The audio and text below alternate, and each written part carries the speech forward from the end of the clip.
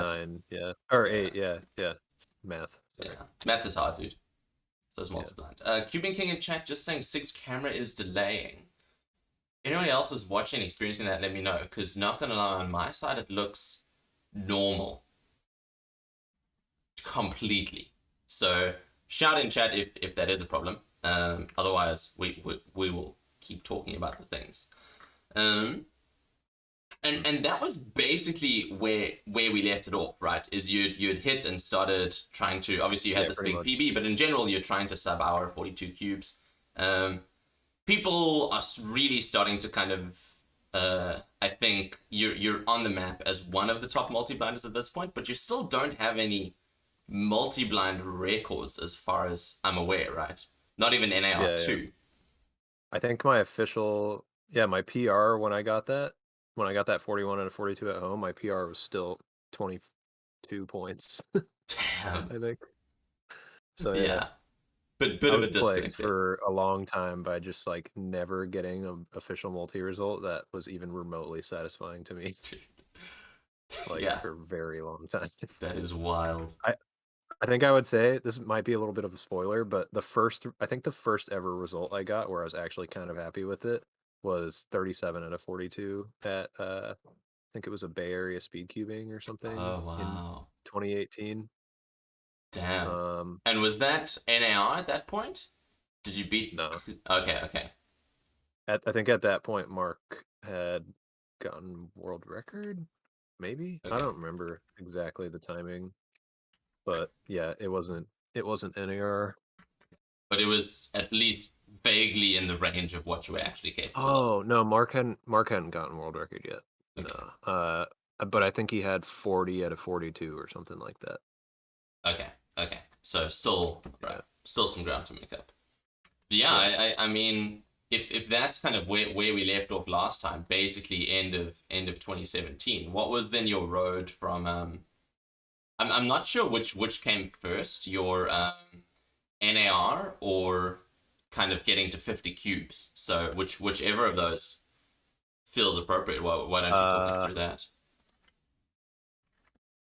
they're pretty similar timing Okay. because I remember the competition that I got NAR at, I tried 50 cubes for the first time officially. Just for the heck of it, because I had sub-arrowed it at home a few times, but not with great accuracy. I think the best result I'd gotten at home on 52 was like 42 out of 50, or on 50 cubes was like 42 out of 50 or 40 out of 50 or something like that. No, dude, you're And I was thinking just of like, world record. You're thinking of world record. So you're no, no, no. The comp where I got NAR, I tried 50 cubes. I remember because but I you didn't get it on the 50 cube attempt. no, yeah, it Oh, was just sorry, a I crap. understand. I It was a understand. crap. It was like a crap 50 cube attempt, and I knew Right. it was probably going to be bad. I was just like, I'm going to try it just so I start getting used to doing 50 officially. That makes And I sense. think I was Okay. like the second person to try that much officially. Like Shivam had tried it before, and he was the world record holder at the time. I'm pretty sure. With the Okay. 48 out of 48. Okay. So this But yeah, attempt that was at competition, it was a UCLA comp, yeah, and I November had 3rd, I had 2018. three attempts all on the same day, and that was the first day Wow. where like I realized like so like we didn't know we were gonna have time for a third attempt until like halfway through the comp when Wow. we realized we were ahead of schedule, and so we could add something. And Kevin Matthews, the organizer, was like, "Hey, let's just do a third multi attempt." And I was like, "Oh my god, I've already done two." I think the first attempt I did was 46, and I think I 43. actually yeah, I got 43 out of 46, which was like a big PR, and I was really happy with it. Damn. 40 points. Yeah. And and uh and then the second one I was like, well, whatever, I'll try 50 because I already got a PR I'm pretty happy with. And 50 I think was 37 or something. 33 maybe, I don't know. And 37, yeah. then Yeah, and 58. So you were sub-arrowing it still. It was just accuracy. So were you needing to rush that attempt a bit? yeah. Um I can't quite remember actually. I think I've actually tried 50 once before that officially at a some comp in Portland or something, and it was like a 27 out of 50 maybe. And I think that actually was the first time I tried 50 officially. But then I tried it Yeah, again yeah. at that 28 out of comp, and 50. I still wasn't super hopeful about it because I don't think I'd gotten like a great maybe like my best ever at home was like 44 out of 50 Okay. with 50 Okay. cubes, something like that, maybe. But yeah, at the time when I went to this UCLA comp, my PB was 42 points. I think 43 out of 44 or something like that. Oh Or wow. no, I think it was 44 out of 46. That was my PB. Mm. Something like that. And so on the third attempt, I was just like, I'm just going to go for 42 because I only had two memory palaces that I used for multi-blind, and I had already used both of them at that same comp in the same Oh day. my And so goodness. I was like, all I can really think to do is use the one I used earlier that day and do a whole extra review of everything. And I'd like literally never even done this before, but I was like, it should be fine. Like I literally will just do a whole bulk review of 32 more than what I normally do, and then like similar thing for the remaining cubes. And I did that, and yeah, I got 42 out of 42 in 54 minutes, which was like mind blowing to me because like I could barely like the thing I was most comfortable with sub-houring was like 46 at the time. Mm. So I was like shocked that I got 42 out of 42. Oh my Three goodness. attempts, three attempts in one day, and yeah, that one of all of them, I got NAR. I was like totally not That expecting is wild. to possibly get NAR. Dude, like So that on shocked the third attempt of the day, reusing a me. Yeah, memory palace you'd used earlier in the day, like, yeah, and then you tie your at home PB on points, right? yeah. It was actually PB. Yeah, it was On overall time. PB. Well, yeah, yeah. Oh my goodness. That is ridiculous.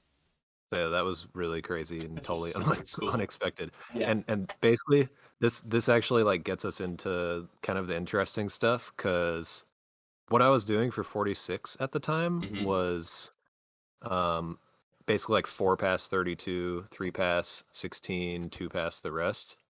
Or wait, 46 would be less than that. So it's Well, 4 past 32 and then 3 past the rest, basically, except for the 3 blind cube, which is 1 pass. But, okay. um, So and four for pass the and then three 42 cube pass. attempt, yeah. Okay. So like 4 past 32, which Mm-hmm. is really like 3 past 16, 3 past 16, review, 1 through 32, and then, Right. uh, 2 pass 33 through 40, 2 pass 41 through 45, and then do a Review bulk all of review of that. 33 through 45, and then review or memo the three blind cube, execute 33 through 45, and then execute 1 through Mm-hmm. 32. Mm-hmm. Anyways, yeah. It's always like something similar to that, but then Yeah. the 42 cube attempt is basically I do the same thing for the first 32, except I do a fifth review of 1 through 32, and then I do the same thing for like the remaining cubes, but like one extra review. Right. And Right. So you basically the thing five is past like 32 and then four past the remaining 10. yeah. Yeah. And the thing is, like, people would think that would add like a lot of time, but and like I would have too before Mm. that attempt. Like I thought I might like actually cut it close to the hour, but I didn't quite realize like when you do a whole extra bulk review like that right after having just done a like you do a 1 through 32 review and then you do another one right after that, that review is going to be like really fast because it's already like so solid in your head. Yeah. And same with like the other bulk review. And then your Mm. execution improves like massively too, because you're not Interesting. like pausing for pretty much Yeah. anything. Yeah. You've gotten rid of all So of those little pauses and uncertainties in your memo. yeah, Like, like theoretically, you would probably calculate that like doing that whole extra review thing is going to add like a lot more time than it actually does. Like mm, probably a couple more minutes than it actually does. mm. Uh, So you think overall it and does still so add time, but not yeah, as it much as you think, and definitely adds improves time, but yeah, accuracy it's significantly. yeah, pretty much. Yeah. Yeah. So it became this kind of like dilemma for me, like Mm. because I got kind of addicted to it. I still am pretty addicted to that like safe reviewing thing. I Yeah. do it like in most of my attempts now. And like if I were to do like 69 cubes or more right now, I would do 4 pass 32, Mm. 3 pass 33 through 48. Yeah. And 3 pass 49 through 60. Uh 64? Yeah, through 64, and then 2 pass the last 5. then Mm. execute those 5, execute 33 through 64, execute 1 through 32. Mm. That's how I sub-hour, like, really big amounts, but my accuracy is, like, trash most of the time. Damn. But that's kind of, I guess, always pretty much how it was when I was doing things with, like, 4 pass, 3 pass, etc. Mm. Um, and it's like, yeah, it's just pretty unreliable for comps. Mm. But at a certain point, I feel like if I really get, like, a really good PR officially, like, right now, my PR is pretty good. But, I Yeah. could definitely beat it by a good bit, I think, even with the safety attempts, because I can sub-hour, like, 65 on a safety attempt. Mm. That's, like, really pushing it. I can, like, barely sub-hour 65 with a really, really solid safety attempt. But once I get something like 63 points or 64 points-ish, something around there, I will, like, definitely not be able to do those safety attempts anymore. Right. Officially, I mean, like, it just won't, be worth it unless it's, like, a comp that I'm going to, like, Worlds, where I'm just trying to get, like, a good result and not, like, world record or something. Um, So if you're trying but to get yeah, a good result, then you would do a safety. But at any yeah, random comp, you would do a riskier attempt, kind of thing. yeah, yeah. Mm. Because, yeah, at any random comp, I mean, at least me, I don't really care about just, like, winning the comp Yeah. because I have nothing to prove. Uh, I would rather just, like, go for world record. But, yeah, anyways, I kinda rambled a bit, but that getting that NAR, I was like, "Wow, this, like, actually like, these safety attempts, like, are really good." And I'm pretty Yeah. sure right after that comp, like, I basically went home and I started doing that same safety review system with 46 cubes, and I don't remember exactly, but I'm pretty sure, like, it might have been the first attempt I did ever since that after that comp. I tried 46 and I got 45 out of 46 PB. Wow. and and then I just started trying 50 again, I think. Um and yeah, I had like another kind of just like huge burst of improvement after that NAR because I was like super motivated and doing safety attempts and stuff. Damn. and So you were improving with that safety review system. You didn't go yeah, back to doing riskier stuff at home. Interesting. I think I did. Well, I was doing kind of like half and half, I think. Okay. So you would At that attempt a point. larger amount of cubes. You would push your total sub hour with a riskier attempt, and then you would try to bring your like safety amount up as well, and split your time between I don't those. Is that it? remember. I don't quite remember like the details super well because I know when I was like I started pushing to like 56 and like 60. I was doing the more risky review system. Mm. Uh, 4 pass 32, 3 pass the rest, that kind of thing. Mm. And I got like 59 out of 60 doing that twice. And so like that review system totally works. It's just Mm. like it's yeah, not gonna give results so reliably. So yeah. Um and I got like I think I got my first world best with 56 cubes. My first world best was something like December later that year, so like a couple months after that NAR. And it was yeah, I was just like pushing and pushing how many cubes I was trying. And I somehow just like got up to 56 and I was trying it for a little while and I was like, I can literally DNF 3 cubes and get the first ever 50 plus pointer because world best was still by Mascout at that Yeah. point. Yeah. Like Shivam never beat it because I think he basically got world record and then World burnt best was out a little 49 bit. out of 50 by Moscow. Yeah, 49 out of 50. Right. Did I say something else? I No, don't no, know. no, no, no. I was just confirming. I was just confirming. Oh yeah, yeah, Yeah. yeah. It was 49 out of 50 by Mascout for so long, Damn. and I was the one who beat it. Let's go, Anyways, dude. yeah, and I beat it with a 53 out of 56, which is kind of Damn. silly. That's Like pretty three cracked. DNFs. That's how that was cool. Yeah. And then I just ever since then I basically like beat my own world best like 8 times or something until Yeah. Roe showed up and got a 60 out of 61, and then I took it back after that. Yeah. But one of the world bests I got was with a safety attempt, and I did like 52 out of 52, I think. Hmm. And then after that, I got another one that was like 56 out of 60, and that was faster than the 52 out of 52 safety thing. The 56 out of 60 was definitely not safetied. And then I got just like out of freaking nowhere, I bumped PB from 56 out of 60 to 59 out of 60. and then That was at home still. That wasn't your comp yeah, result. Yeah. yeah. And then after that, I basically just started doing a ton of streamed attempts on YouTube. I had already kind of started doing that before because I knew like the possible benefit of doing it. Were you doing it Because for obviously, nerves? yeah, one of the big takeaways from this talk, anybody paying attention this whole time, is like nerves suck, and the mental game is like the majority of what you need to like learn to deal with. And like I didn't get it. Like I said, I didn't even get like a result that I was even remotely happy with for like the first 2 years of doing multi-blind officially. Um, That is so terrifying. and it was basically because I like didn't deal with the mental game well enough, and two was doing risky attempts, which most people do risky attempts, but when you're doing risky attempts, you basically are just like you gotta accept that it's gonna be like 10 to 15 attempts probably before you get something you actually want, and getting 10 to 15 official multi attempts takes a really long time.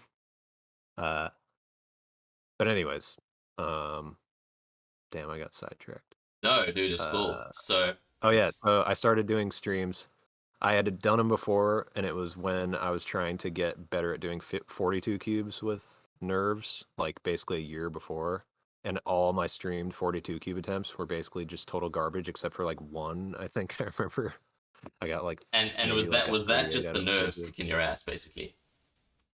Uh, Or yeah, I think it was like half nerves, but also just like not being super consistent at that many cubes still. Like the 41 out of 42 is definitely a fluke still at that point. Um, and like were but people yeah, watching at this point? I mean, was there yeah, there's a good amount of people okay, watching, I think. okay. I was streaming on YouTube, Mm, and I would probably get like 30-ish viewers or something. damn. Okay, okay.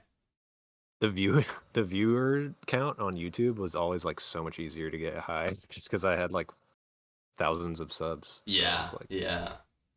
yeah. Makes sense. But YouTube sucks. Don't stream on YouTube. Uh, I eventually No switched to cat Twitch. jams Like, on YouTube.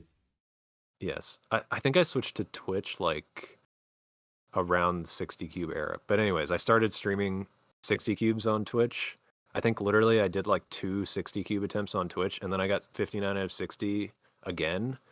And the first one I got was 59 out of 60 in like 59 minutes or something like that. And then the second one I got was 59 out of 60 in 57 minutes, and that was the live streamed one. And that was like absolutely totally unexpected and Um, a huge deal for me. So that was like I think my fifth world best or something.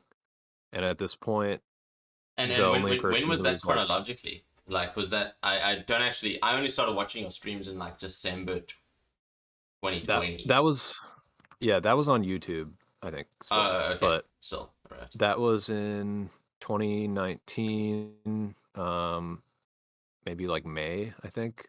The video's on my YouTube channel. right. Um, but yeah, at that point, like the only other person who was trying over 50 cubes was Yu Chang Chen. And he was actually like kind of giving me a run for my money, but never Mm, got world best. He actually had me like a little scared at some points, but he's like everybody else has a lot of trouble with comp nerves mm, and never quite figured out like the safetying meta mm. as far as I could tell. Did you guys ever speak? Is Yu Chang? He's Chinese, He's okay. Okay. Thanks. but I was gonna yeah, say his Korean. Thanks for English is saving not me. very Yeah. good. Yeah, I was gonna He's ask. Is the he's in how that serious is the language barrier?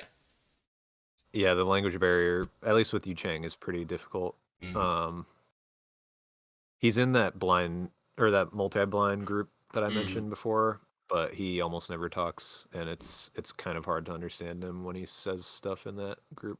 He's not very active in it, but also he's in China, and like Facebook is not really easy to use over there, yeah. apparently. Yeah. Damn. But And Yu yeah. Chang seems to be mostly grinding out big blind stuff now. Oh, really? Oh no I no don't really sorry know. sorry sorry. Don't take anything I say seriously. Maybe let me rephrase that. Yu Chang held big blind world records, like he held five blind mean and then Stanley took it. Or am I Oh, thinking you're of talking somebody about else? Kai Jun. So That's stupid. Kai Jun. Damn it. Also Chinese, but yeah, that's Kai Jun. Okay, Yu Chang okay. Chen, he has ASR, I think. Or no, not ASR. Yeah, ASR is Shivum still, but Yu Chang has like WR3 at least. I think he has 47 out of 49, and it's been that for a while. I don't even know if he's still practicing because he hasn't put anything on his YouTube channel for a really long time. Right. Basically, like he had some comps leading up to like right before COVID happened, and I don't think he's competed since, or he might have Okay. competed once. I don't know. Just bringing up the Anyways, world record progression, or not the top results at least. Dude, I have like a yeah, that billion WCA pages open here. It's the best. I'm actually pretty curious. I wish I could ask you, Chang, like what he's been up to. I'm Mm. just curious because I Yeah, haven't yeah, heard yeah. anything. I really WR3, get the 47 feeling out of he, 49. Yeah, that's. yeah, I get the feeling he hasn't practiced. Oh, he competed a comp not that long ago, and Mm. he got 37 out of 49. So it seems like probably hasn't practiced a whole lot. I don't know. That was actually really recent, yeah, like a Mm. month ago. And that was hitting the hour, it seems like, because he got 102. Yeah, So yeah, probably hitting the hour with the plus two. Right of that. Okay, yeah. and then Anyways, the other one was 54. Okay. so that whole era, I got like 59 out of 60 on stream, and I was like, all right, that's kind of like a pretty big milestone as far as like trying to figure out the like head game, Mm. Mm. uh, And the how mental serious were game. the nerves on stream compared to like a comp, would you say? Um, I feel like it's about like 50%, Okay. And has give it or take gotten better for you over 20. time? Like, has streaming large attempts become more chilled? Yeah, it took a way longer time to get used to it than I think it would, and I'm still not Interesting. like fully used to it. Like I Interesting. thought, I feel like originally I thought like, oh, I could just like start doing only do my multi-blind attempts on stream like once a week or twice a week or something, Mm. and I should get used to it like by the next time I have a comp or something. But I think it's literally Right. taken me like streaming on Twitch every single time I do a multi-blind for like months and months and months, and like just kind of like you almost need like exposure therapy to like just Damn. completely butchering so many attempts in front of a bunch of people to the point where like you're just desensitized to it. Yeah, yeah. I think that's what it took. Because now I don't really feel nervous about doing multi-blind attempts in front of people, but it's still there like a little bit. Like Interesting. sometimes I'll think like I'll like think about it in the middle of the attempt, which is Interesting. like obviously not optimal. But Because yeah, I mean, for me, comps like, yeah, comps are sorry. a huge problem just because the whole environment, like the unpredictability and the people and the Mm. noises, Mm. the weather, whatever it is. Like, Yeah, the tables, the it's all out chairs. of your control. Yeah, there's just it's so hard to practice for that. Was it you who brought up like The that like guy who chair at like different heights, like different temperatures. Yeah, day yeah, nine is who you think of, I think, in the last conversation. what did you say he was doing that for? Like memory sports or Competitive something? StarCraft. He was a StarCraft pro. Oh yeah. Yeah, yeah. That's a sick strat, and Yeah. I feel like I probably knew I could try doing that to practice, but it just seemed Mm. like way too much effort and kind of silly, and I didn't really know if it would even help that much. Mm. But now I think about it, like that, if you really, really want to like do everything you can to combat comp nerves, you should Mm. probably do that Mm.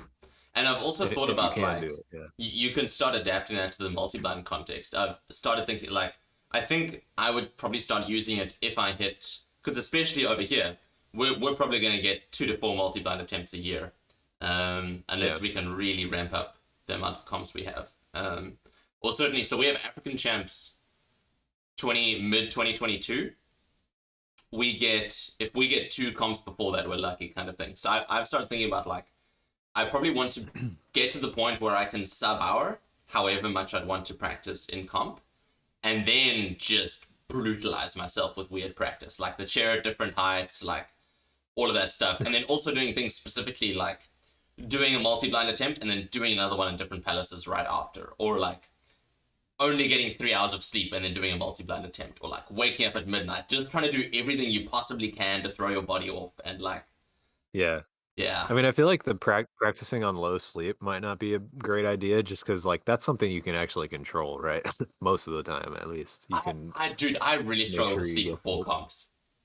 All too Oh, open okay. to, yeah, yeah. But just, Okay. or to, if you can't control the time of the attempt is more what I'm thinking. Like, Yeah. currently, African Champs has multi-blind at 7 in the evening of day 2. It's like, I will be so tired by then that it's like, yeah. Yeah, you go to bed at, like, 10 or something, right? Yeah, exactly. That's, like, the At time 9. you would normally be, like, winding down, so yeah. Exactly. Yeah, Yeah. that sucks. But yeah, it's sorry. That's the principle. I feel like being that feels like the kind of practice one could start using when you want to like get very very very confident sub-houring a certain number of cubes in comp. Like you hit the point you want, and then Mhm. you just try to cement that by making yourself suffer in as many different ways as possible. Yeah. Yeah. Well, I'm looking at my profile now, and I'm Mm. remembering all these sad comps in between, that NAR I got and, getting my first world record. Damn. There's PBQ Berkeley Spring, where I had figured out the safety meta by this point, and I went for 52, which I know at that point I had already gotten 52 out of 52 at home with the safety review thing.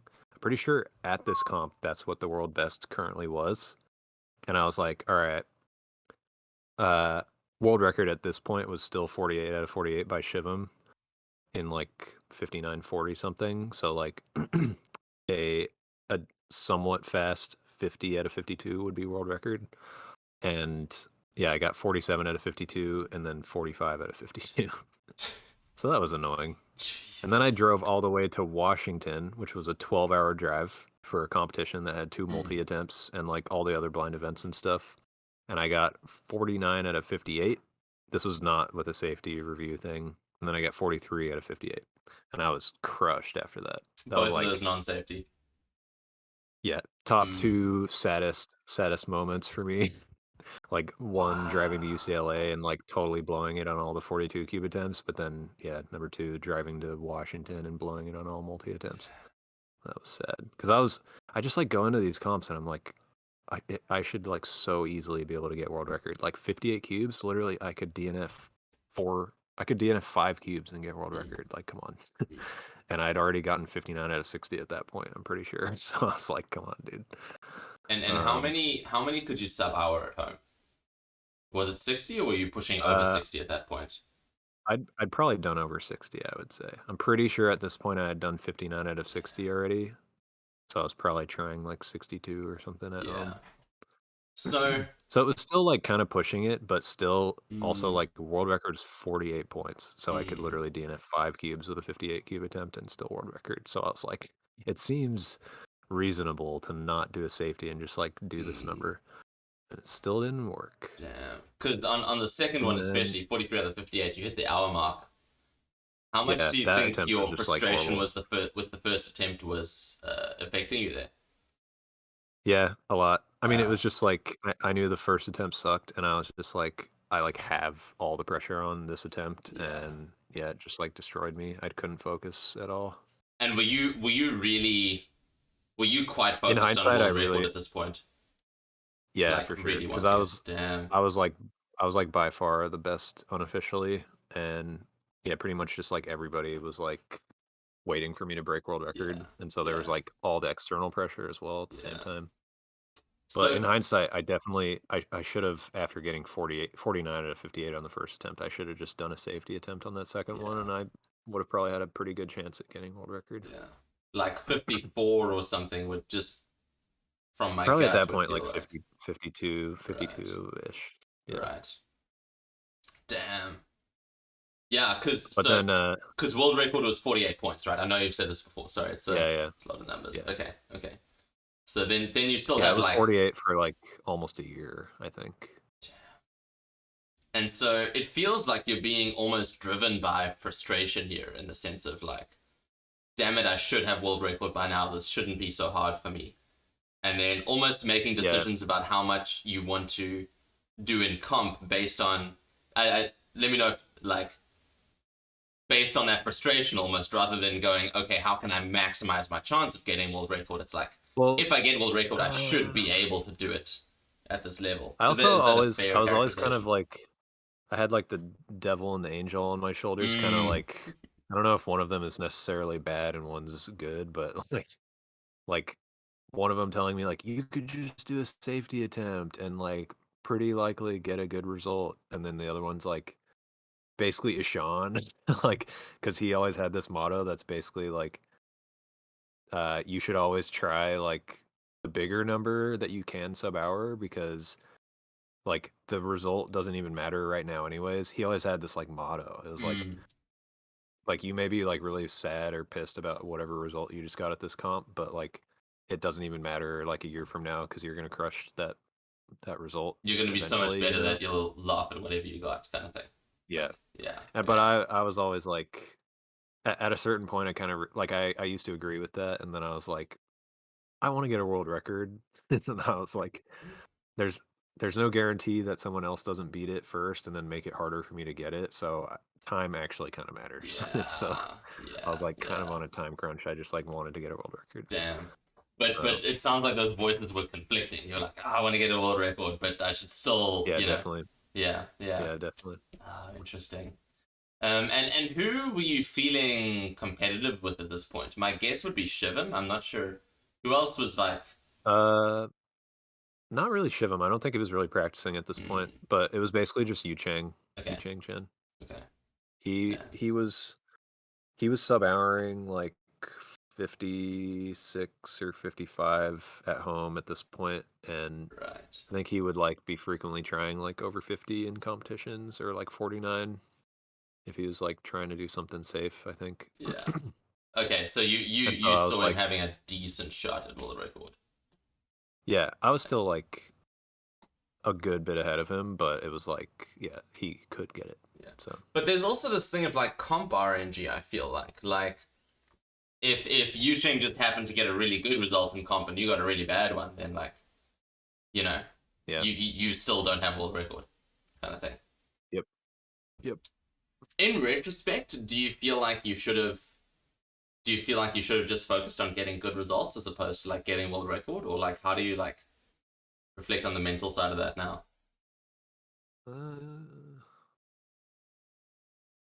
Uh, I don't know. I was mainly just like I just wanted to get a world record, so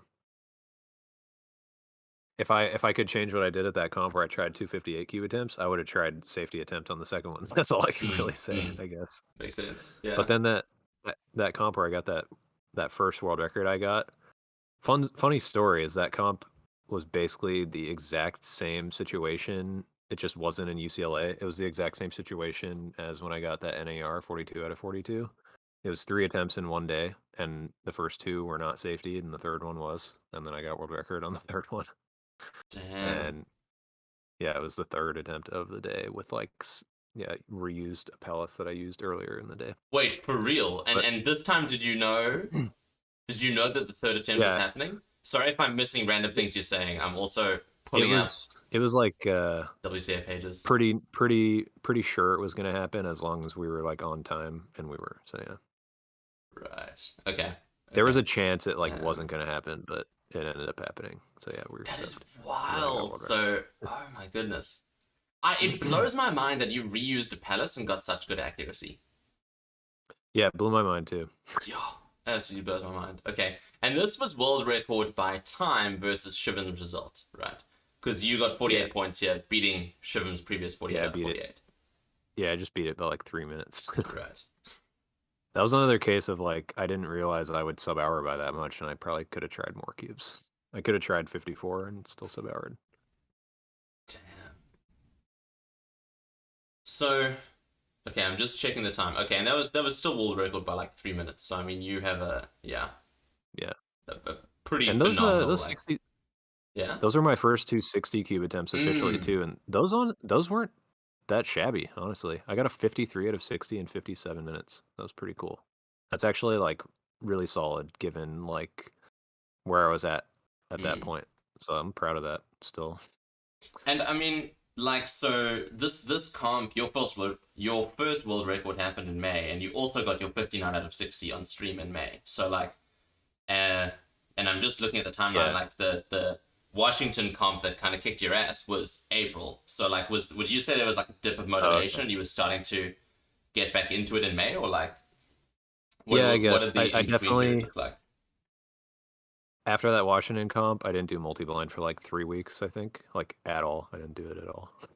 I think I Damn. like did some six blind or something. Mm, Like got a six blind world best. That's what I did with those 3 weeks. nice.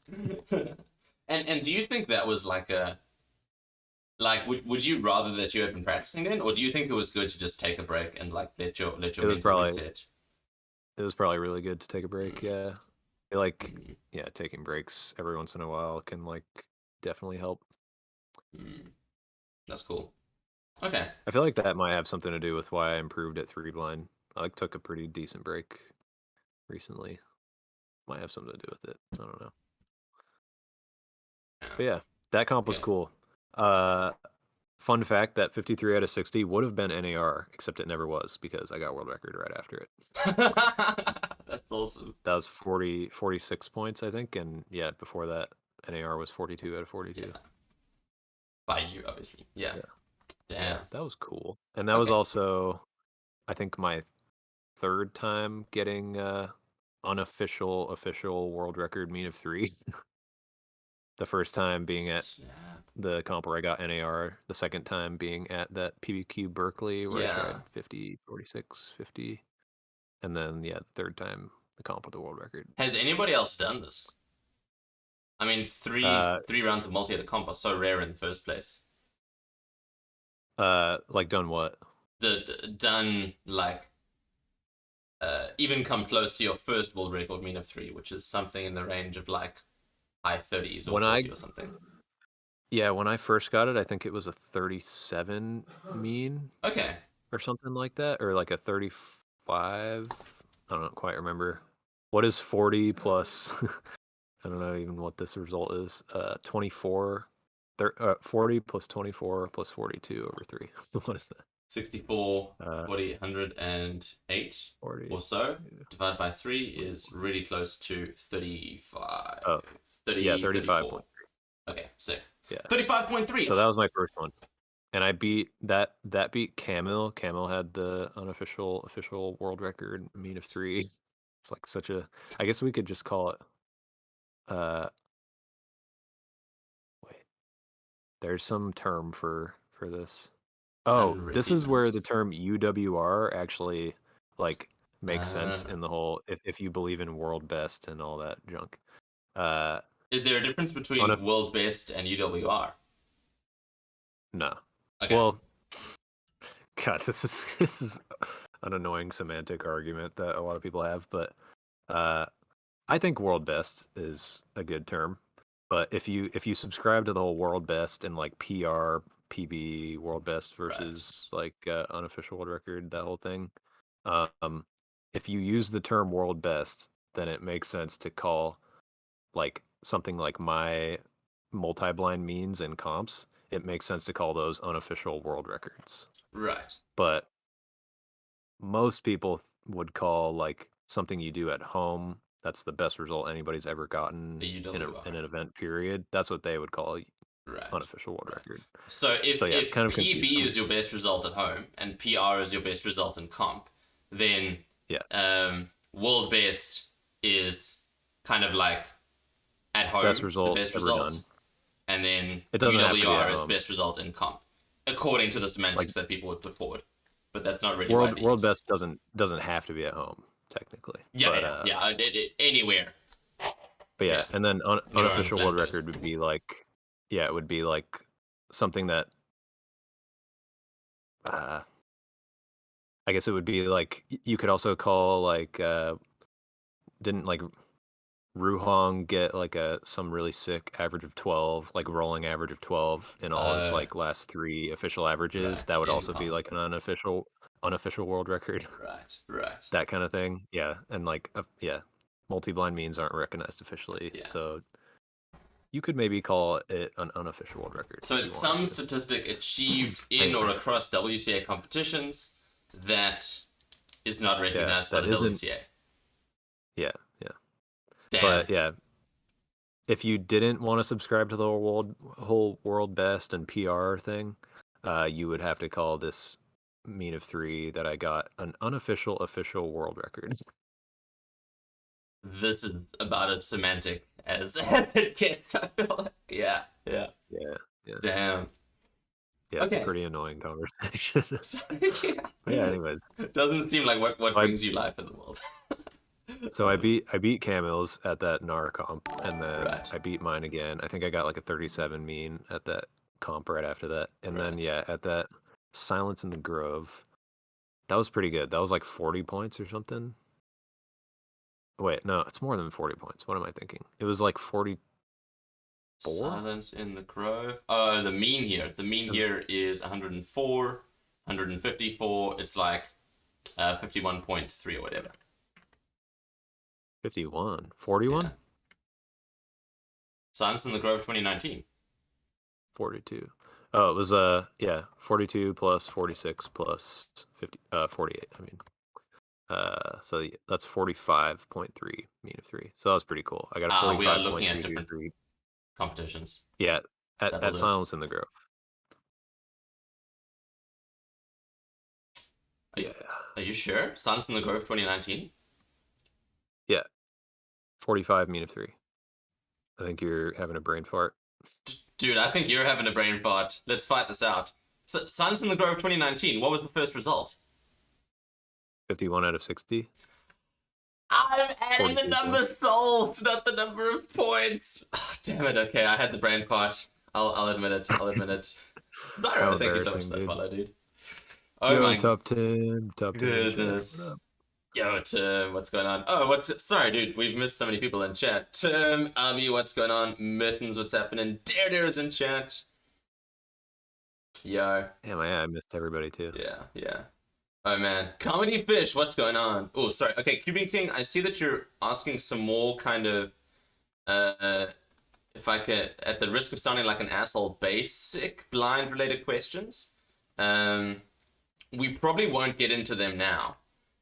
Just because I could answer I mean, it's a them pretty easy, after stream. answer Oh, question to answer, but James answered it too. sick. Yeah, yeah. Yeah, you just use Um, words or memorize the letters. Yeah, pretty much nobody just memorizes the letters because it's really inefficient. yeah, yeah. There's a Words. if you're memorizing the letters, you literally may as well use letter pairs, basically. But What's up, certainly in Abby? multi, it's like, yeah, you will die. Yeah. You will actually drop dead. Yep. Immediately. So it says I'm now learning F12, only new beginner method before blind solving seems crazy. Yeah, yeah. Blind seems... Blind is not as hard as it looks. We're definitely not doing CFOP blindfolded. Yes, yes, yes. That's the important thing people need to understand. Yeah, yeah. It's a totally different method. Cool. So I mean, it feels like we've hit just shy of the of the. So you've gotten your first world record. It's 48 points. Obviously, you want it to be about 10 points better than that. That was kind of a funny feeling because it was like a bad result, but it was world record. Yeah, I genuinely was like, this result is not good, but whatever. Yeah. I got it. It feels like so like me my PB currently being 8 points and I'm attempting like 24 cubes sub hour at the moment. It would feel like if I got like a 13 or 14 point PB, it's like technically it's PB, technically it's a world record, but like you really it doesn't do much for you personally, kind of thing. Like yeah, pretty much. But then at least you got world record, and then you could move on with just trying to get really cracked like results in comp. Yeah. Yeah. And so you might notice looking at my profile that I got 351 out of 54s in 3 comps after that. One at Western Champs, one at World Champs, one at US Nationals. Oh my goodness. So all like regional championships or world championships. And all 3 of those tied. Oh my goodness. Yeah, that was frustrating. But my approach to all those comps was basically just like, I just want to get a result like that I feel fairly satisfied with, so I can start like spamming the big attempts, you know? Okay. That So was basically my what would mindset. satisfied have been for you? What kind of number of points? It looks like here Something you're over 50 attempting. points. Okay. Okay. If I got like yeah, if I got like 52 or 54 points, I would have been stoked. Right. And Right. like I had done that at home a bunch of times. Like I had done so many safety 54 cube attempts, and I could like very confidently do 53 out of 54 and Yeah. 54 out of 54. I did it And like several times. uh, yeah. So Okay. I was like I could just keep doing these safety attempts like uh but yeah, it didn't quite Yeah. work. And so you One were of these comps, basically, yeah. the Western Champs attempt was funny cuz I learned after getting to the comp that they were going to have multi-blind in the ballroom where all the other events were. And Yike. there's literally like 200 people in that room. That is And absurd. so I'm still proud of that result because there was literally like kids like like were running around and then like went and stood next to me and were like talking to each other while staring at me and I was doing my memo and I had to like shush them away multiple times. During your And then like attempt. and Oh then a my crowd goodness. like gathered Yeah. around me Yeah. during my attempt. It was crazy. Oh my goodness. Yeah. And Yeah, so and that's like when you because really start to feel the external pressure. yeah, yeah, I can imagine. I can imagine. Yeah. Oh my goodness. Um, So I'm just glad I didn't like completely joke. sorry, I'm just writing down a question really quickly. So yeah, jeepers. I mean, that 51 out of 54 in those conditions is wild to me, actually. Especially if you literally need to stop memoing to like shout at some kids, Yeah, basically. I was proud of that. Yeah, And I yeah. tied world record by points. And then I tied That's by world record by points two more times in two comps. goodness. Yeah, But I that must think have just gotten frustrating.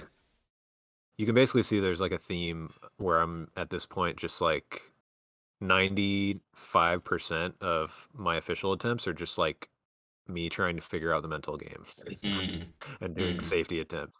And mm. so like at the world champs, I was like there's two attempts and I was like, all right, I'm gonna try 54 on the first, and I know I'm like pretty good at 54 cube attempts, so I'll get something like hopefully 48 points or better, hopefully 50, hopefully world record, you know.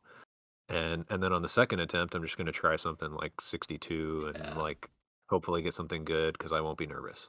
And And then because you at hit the that hour point, like mark on the first attempt. they'll yeah the I was like it was like Mark, Yu Chang, Shivam who were like the three people I was competing with Mm, mm, for the podium, but I knew like very likely none of them would get anything better than world record. So as mm. long as I got like 48 points or better, I would be comfortable trying 62. And then on the first attempt, I got 46 points. And so I was like, it was like a huge dilemma for me for like that whole next Oh day trying to my decide what to goodness. do for the second attempt because I was like, I'll probably win with 46, but like I Mm, don't want to risk that, you know? mm.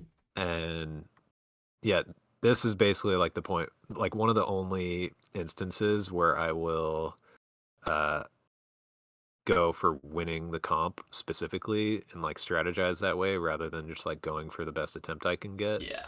But Yeah.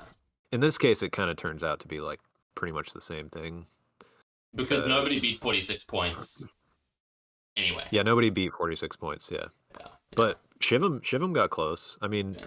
yeah, Shivam and Mark both did pretty well. Shivam got 43 at I think 43 out of or no, he got 46 out of 49, which was really good for him at the time because he was out of practice until like a month before Worlds. And Mark got 47 out of 50, which was overall PB for him, I'm pretty sure. And fun fact, that blew up on YouTube. He got like millions of views. Really? Oh, wait, I need to check Yeah, this quickly. That is wild. yeah. Like I think it has like 12 million or something. Um, That's so I'm not funny. bitter about it at all, I swear. Yeah, Dude, the dude, I revenue, wouldn't be bitter either. ad revenue. 7.6 million? Are you joking? And he didn't win the competition? There is no justice in the world, dude. What on earth? Yeah, dude. Like I'm happy for my friend and everything, but he didn't even make money from that. He couldn't monetize it because he used a Hans Zimmer song in it. So freaking just Hans Zimmer made like thousands of dollars from Oh that, my goodness. I and would be, my dude. video got like 150,000 or something views, which I is try like to be cool. a I mean, humble Zen 150 bucks person. out of I'd be revenue. so pissed if this happened. Oh my It goodness. bummed me out. It bummed me Yeah. out a little bit. Not gonna Yeah. lie. Because it But is yeah, just like, maybe yeah, my damn. thumbnail game isn't good enough or something, I Okay, wait, guess. thumbnail review. No, dude, here's the thing. I love Mark. Gonna say something that might be painful. Mark looks like a proper nerd in this picture, right? Like if you hear You think that's why somebody's people clicked? doing, yeah, because it's like you're expecting somebody who looks like a genius, you know? Like Hmm. you Yeah. look like a skateboarder, dude. You look too chilled. I feel That's your like thing. partially because he has the judge in the video and also like somebody in the background Uh, in the thumbnail. uh, I feel like that all helped his thumbnail. yeah, Maybe I should work on having wider thumbnails so people get more entranced by like all the it's shit going true. on. It's true. Okay, dude, I'm definitely gonna chat to the delegate of your next comp and see if we can arrange your surroundings to for a better Just thumbnail game. yeah, just so I Yeah, can get yeah. millions of views. Exactly. Dude, if Exactly. I had gotten seven plus million views, I literally would have made over $7,000 just based on like my CPS that I normally have on YouTube. Holy crap. So yeah, that bummed me out. I Yeah. was like, come on, Then you what? could get Can we worm at least 2020s for both get that? multi-cubes, dude. What was that? You could get the worm 2020s for multi-cubes. Oh yeah, maybe it's just the stickerless cubes too. I feel like a lot of Ah. people like not non-cubers are not used to that. Maybe Yeah. that's what it is. Yeah. Damn. But another fun fact that I don't know if you know about with that winning result that I got, like like I didn't quite say this, but yeah, I ended up going for 54, another safety attempt because I didn't want to like risk anybody beating 46 points, even though it seemed pretty unlikely. Mark Yeah. got that 47 out of 50 on his first attempt, by the way. So Right. that was 44 points. And I was like, damn, that's kind of a little too close for comfort. So yeah, I Mm. ended up trying 54 again. And that 51 out of 54, it says on my profile, I got 52 out of 54, but one of the cubes I picked up and during memo I went like that by accident because it like slipped out of my hand. No. And and like honestly, that happened, but when you're in the middle of an attempt, you have to just like ignore that it happened because you Mm. can't like what are you gonna do in the middle of an Yeah. attempt? Be like, I don't know if that turned. Uh did that turn? Or like go check the video. You can't Yeah. do that. So Yeah. you just You've have to just like keep bombed your going attempt. and Yeah. like throw it out of your brain immediately Yeah. and focus on the attempt. And I completely forgot that it even happened, and then the delegate, right after I finished my attempt and got 52 out of 54, which would have been world record and the first ever 50-plus pointer at Worlds, uh, the delegate's like, "I saw that maybe you might have turned the cube, like, during memo, can we check the video?" And I was like, "Oh, yeah, sure." And we, like, looked at it, and it was literally, like, basically, like, that much, like, Oh my instead of goodness. that, like, Yeah. that much, It just went over and 45. it was basically, like, right in between 45 and, like, a full turn, I would say. Yeah, like so, like, millimeters, basically, of force. Wow. And, yeah, so we had to DNF 1 cube. So wait. Did And it go an R move off, or did you undo it? So, no, I put it back to where it was originally. but the problem was But that you did a turn during memo. yeah, exactly. Even if you put it back, like, Is that not I get at the discretion of the delegate thing? I don't think so, because I'm pretty sure it's, like, a flat out rule, because it's, like, you can get an advantage from that if you let that kinda thing slide, because like, it's really, like, super unlikely for this to ever be helpful, but you could use that to possibly, like, trace pre-moves better. Yeah. Nobody does pre-moves, like, almost ever, but I have done them in multi-blind a Yeah. couple times, and it would definitely help. Yeah. I mean, it If you could just, like, makes do a turn and then memo it and then put it back, you know? like it makes sense, in Yeah, theory, but in practice, it's like, damn, that's like if yeah. you're It's picking basically a up and putting down technicality. 60 cubes. Like, dude, the amount of times I have. Oh, okay, you're alive. The amount of times I've accidentally turned a cube in just picking it up in an 8 cube attempt is like, I don't know, 1 in 10 or something maybe. Like Wow, that, honestly, you gotta work on that. I know, yeah. I genuinely, every Yeah. time it happens, I'm like, that's terrifying, you know? No, it's definitely happened to me a good handful of times. It's hard to avoid, especially when you're Mm, using like super loose, super lubed cubes, like really fast exactly, cubes, exactly. and you're like And trying to go fast and all that. so I don't know, that genuinely feels like the kind of thing to me that's like, dude, is this, we talked about a WCA forum post last time, is this a, like, this feels like it could be an at the discretion of the delegate thing, like, because it's just unrealistic to, Well, it's I absurd to guess punish somebody for, to DNF a I cube don't know. because they accidentally did a move that didn't affect the cube. And if you're concerned about somebody abusing it, then you can go check the video and check if they did a pre-move, you know, in the actual solution. Yeah. Well, And yeah. I think the most silly thing about like the one like very reasonable argument against like that I can actually think of to not DNF this cube is they literally are only DNFing it because I had video footage. And if I hadn't recorded myself, I would have gotten world record. yeah, Isn't that yeah, stupid? yeah. Yeah, this is. Yeah. I think this is something that Kit and Andrew spoke about on Layer by Layer as well. The idea that like people who record themselves are punished, because this has also happened with a couple of Yeah. other.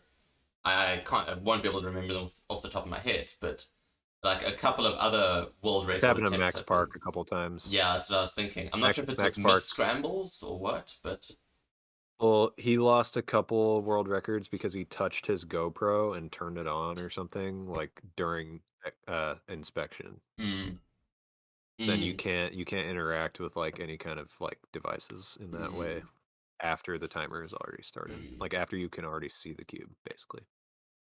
So yeah, Wow. that's like another technicality. Obviously, he got like no uh help from it whatsoever, but they had to DNF some world Yeah. records. That's why it feels like it should be an at the discretion of the delegate thing, because no reasonable mind is going to say like that that Yeah, delegitimizes the world record, you know. Um, yeah, yeah. That's a good point. yeah, I think I would agree. yeah, Yeah, like maybe for the move thing that I made, it's like the delegate could use their discretion to like make sure that I didn't leave it turned for like more than like I don't know, a second or yeah, something, yeah, just to make sure I like don't get any benefit out of it, you yeah. know? Because literally, if you don't undo that move immediately, it's a huge disadvantage to you. Like, Yeah, because if you're going to undo it later, you've just like moved 8 pieces. You have to like adjust your memo.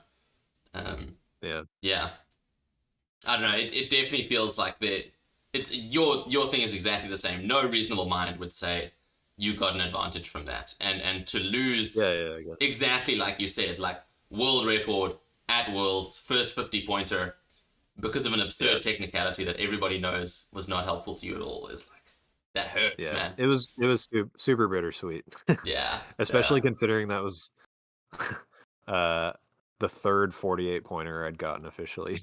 yeah. Yeah, when 48 Damn, points was like not a very good time for me damn. or result. Mm, But I won worlds and I don't know. mm. That's good enough. And that was your first Winning, Worlds, yeah, right? yeah, definitely. Yeah. How was the Worlds experience in general? Like, I suppose you already knew quite a few of the top US blind solvers, and I think Yeah, most of the top so blind solvers are US, with the I mean, I exception did of. get to hang out with I got to hang out with a bunch of people I'd already met, but Mm, also mostly like I met like feels like 100 people who I like had knew of and or talked to a bit online, mm, and that was really cool. Just like yeah, getting to meet all these people. There were a lot of mm. really cool people in the gaming community, That's and awesome. most of them are very nice, polite people and a joy to hang out with. Mm. Have you ever had like negative negative like fan or cuber interaction like at a cubing event? Obviously, you don't need to tell particular stories. I'm just almost like curious. Negative cuber interaction, maybe, but fan interaction? No, I don't think so. I the fan interaction is always just like I just feel awkward because I don't know how to react to like being admired, I was and going to it's ask, do oftentimes like, you do you have fans? Is that a thing? Like, and if so, like, what's your demographic? Because look, obviously I'm a well, stan, right? So I understand my perspective, but like, who is it? Like the 12-year-olds who are into Felix are also into you, kind of thing, or like? So I think curious. most of the autographs I've given out are like kids who may or may not actually know who I am, and they just know I'm a world record holder, and so they want my autograph. Right, right. That's the vibe I get with a lot of it. But I also have signed a lot of autographs that are like people who actually like saw me do a solve, and they're like, "Oh my god, that's cool." I suppose that makes sense as well. Even if somebody has like no real idea who you are, if they watch you do like a 54 cuber, they're like, "This kid's Yeah, great." Yeah, yeah. especially while I had everyone like a else whole is doing family. like 30 cubes, makes you look even Yeah, cooler. after that 51 out of 54 I got at Western Champs, where there was like a crowd of literally 100 plus people watching me. I had like multiple families like coming up to me and like chewing my ear off, like trying to talk to me about it. That was funny. Yeah. Please adopt my child. And Please like kiss my baby's forehead. Like, one of them was this dad who owns like a solar panel company, and he like gave me merch for his solar panel company, what? like Do you still like a have hat any and of a that shirt. merch? Yeah, I have the hat right over there. Dude, merch reveal, please. All right, one sec. Chad, we're gonna find out who the solar company is, and then and then we're gonna ask them for money. Never wear it because it's not really my style, but yeah. Now I'm advertising for this guy. Trinity Power. Yeah, no, I was just saying to Chad, we're gonna get in touch with them afterwards and demand compensation. Yeah, there we go. There we No, it's go. you can tell I've never worn it because it's like as tight as it goes, and I notoriously have like the biggest head ever. Yeah. How else do you fit 60 cubes of memo, etc. Kappa? True. Damn. Trinity Power. Shut up. You get that one for free. Trinity Power, Yeah. where you go for your power needs. God, it's so stiff. That just hurt trying to put it on. All right. Damn. Anyways, sidetrack. Yeah. Okay. Um, So I yeah. don't know if you have anything else like top of mind that you want to jump into. I almost want to rewind and talk about the practice process leading up to this Well, point yeah. before we. There's one thing that pops into my head, specifically, but like comes after Worlds and Nats, Mhm. and um, well, I don't quite exactly remember like where I was at, but all I remember basically is like leading up, basically between 345 Cube Day Allen, where I got the 53 out of 57 world record, and then OSU Blind Weekend 2019. Um, I was practicing like only safety 60 cube attempts. I think basically like right after that Texas comp, the 53 out of 57 comp, I Right. realized I could safety sub hour 60 cubes. My like really pushing it sub hour number was like 64, 65 at that point, but I could safety 60 sub hour like barely. And so I started just like literally after that comp just like only doing those attempts, and I was doing them like almost every day and just like grinding out like to get as consistent as I possibly could. And that's like exactly what got me to get like such a good result at that comp. So this is October to November, so it's about a month. Yeah. Sorry, I'm just Yeah. gonna write this down. Except one interesting thing is uh I was moving out of San Francisco right before this competition, OSU Blind Weekend. This is a fun little Yeah. fact. I had to move out of my room 2 weeks before that competition, and so or a week before or something. And so I moved all my shit into my car, and then slept on my like on my couch, but I technically didn't like live in this house anymore. But I had to sleep on my old roommate's couch for like a week, and then drive up to this competition, which is like 10-hour drive.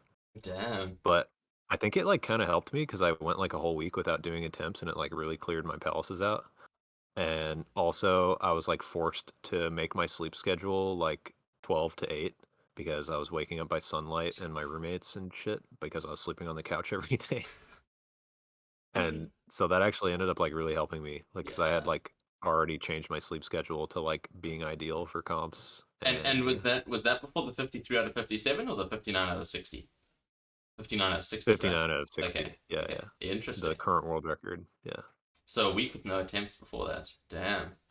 Yeah. Was But yeah, was that stressing you out at before all? that whole thing, I was a little nervous about it, like whether or not like not practicing for that long, because it was more like I didn't practice for like 2 weeks, because I had to like move out, and Yeah. then like I had to spend all this time moving out, and then sleep on their couch for a while, Mm, uh, and then drive up to the comp. mm, Um, so yeah, it was basically like I got like 2 or 3 weeks of practicing right after this cube day Allen comp, and mm, all of that practice was just like 60 cube attempts, 60 cube attempts, 60 cube attempts. And I was basically trying to get like the best average of 12 I could possibly get, and I got like a 53 something average of 12. mm. And so that felt like pretty solid. I was gunning for something like 54, but I got 53, and that was cool. Yeah. Yeah. And then I think that like set me up for having like one of the best comps I've ever had, and maybe one of the best I'll ever have, honestly, because that is that is a ridiculous 3 results. Yeah. I don't know if I'll beat that. Like, I honestly don't know if I'll ever beat that mean of three officially. Jeepers. That one. Oh, I want to come back to that. Um, but so like one of the main references, especially when I was getting into multi-blind, was your corner cutter interview.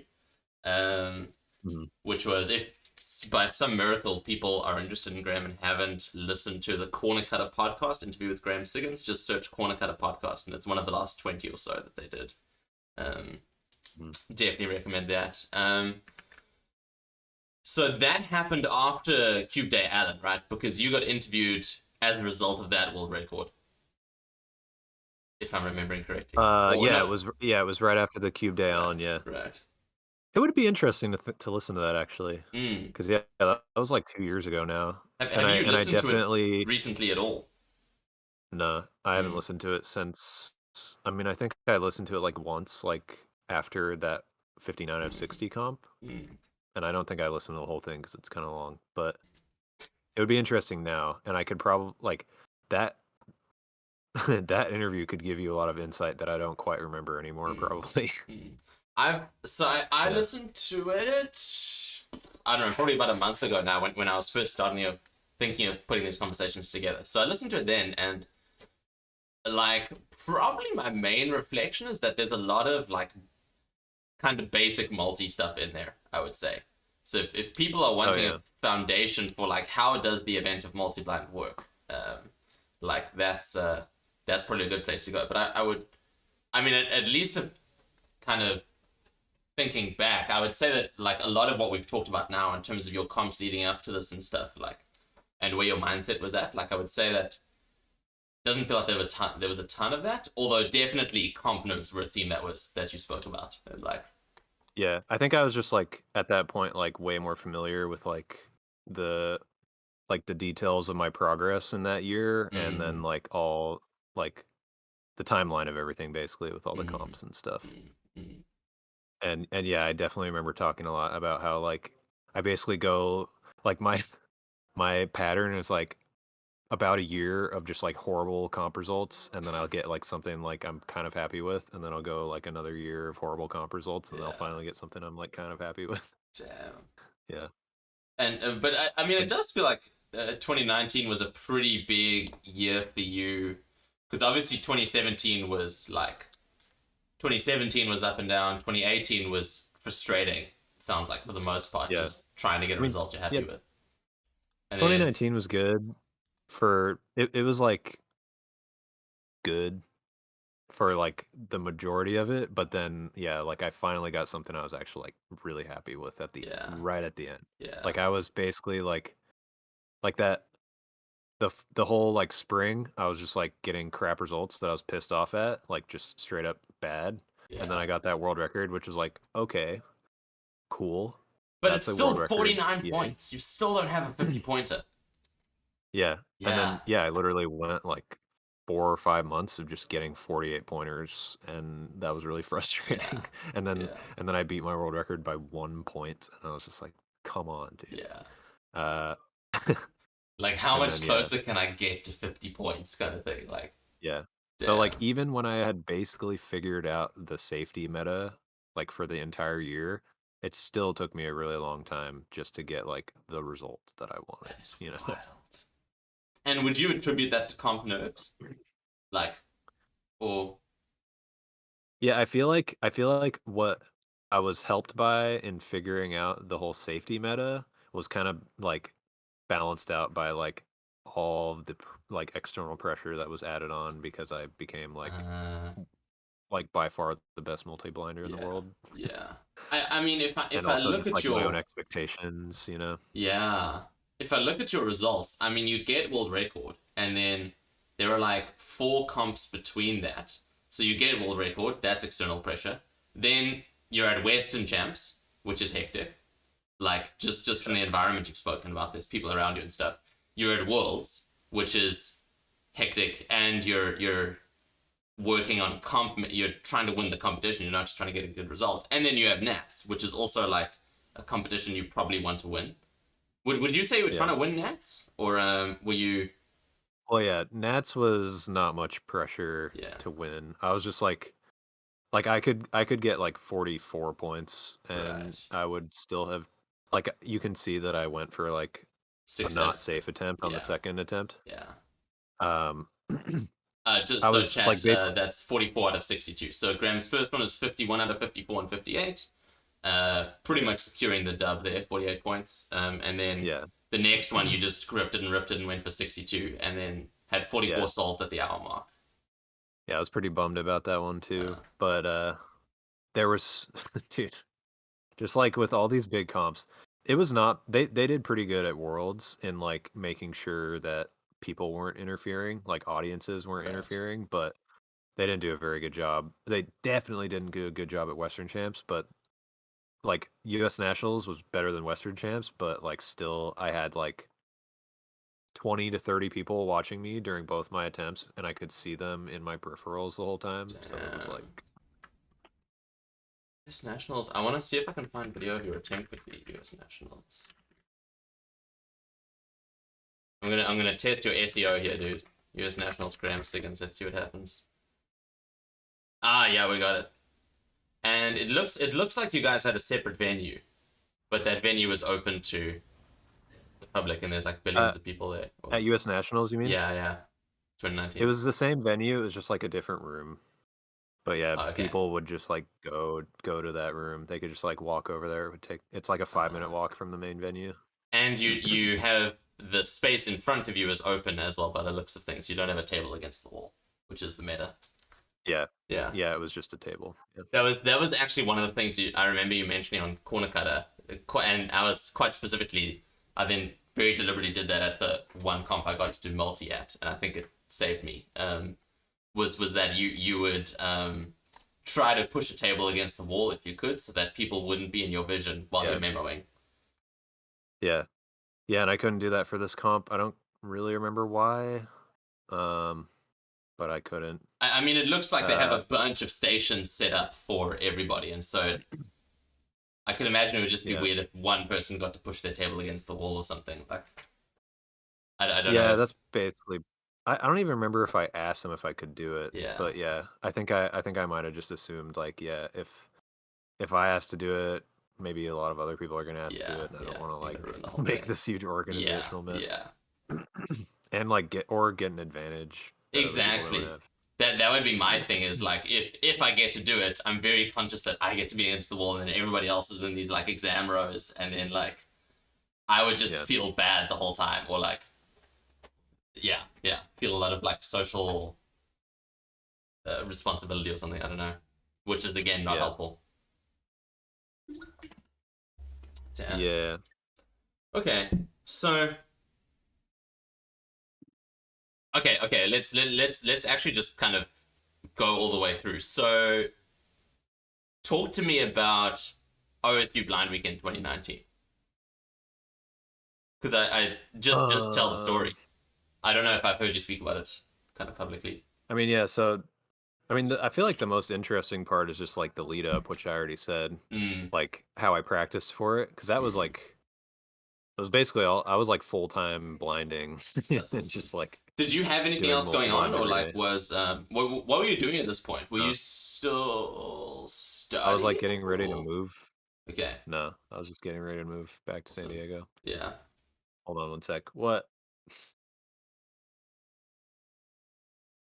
Sorry. Oh, dude, chilled. It's question saying, I love how RG's getting mind blown by these when he's already watched every single video out there. Yeah, dude. I think for me, it's so interesting because I've watched every Sig video out there, but as I get better, I understand the significance of this stuff more and more. You know, and so I actually had no idea that Sig had one of his cubes DNF'd because of a turn, or maybe I would have known, but like the significance is hitting me again, kind of thing. You know, nice story about pre-nat sleep. Yeah, it's really interesting. What's up?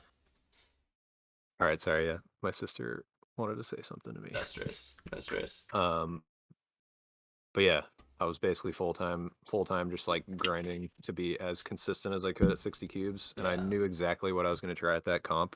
I was that's just going to awesome. do 60 cubes each attempt Mm, because that comp was 3 days, all blind events, also FMC and feet, and clock, yeah.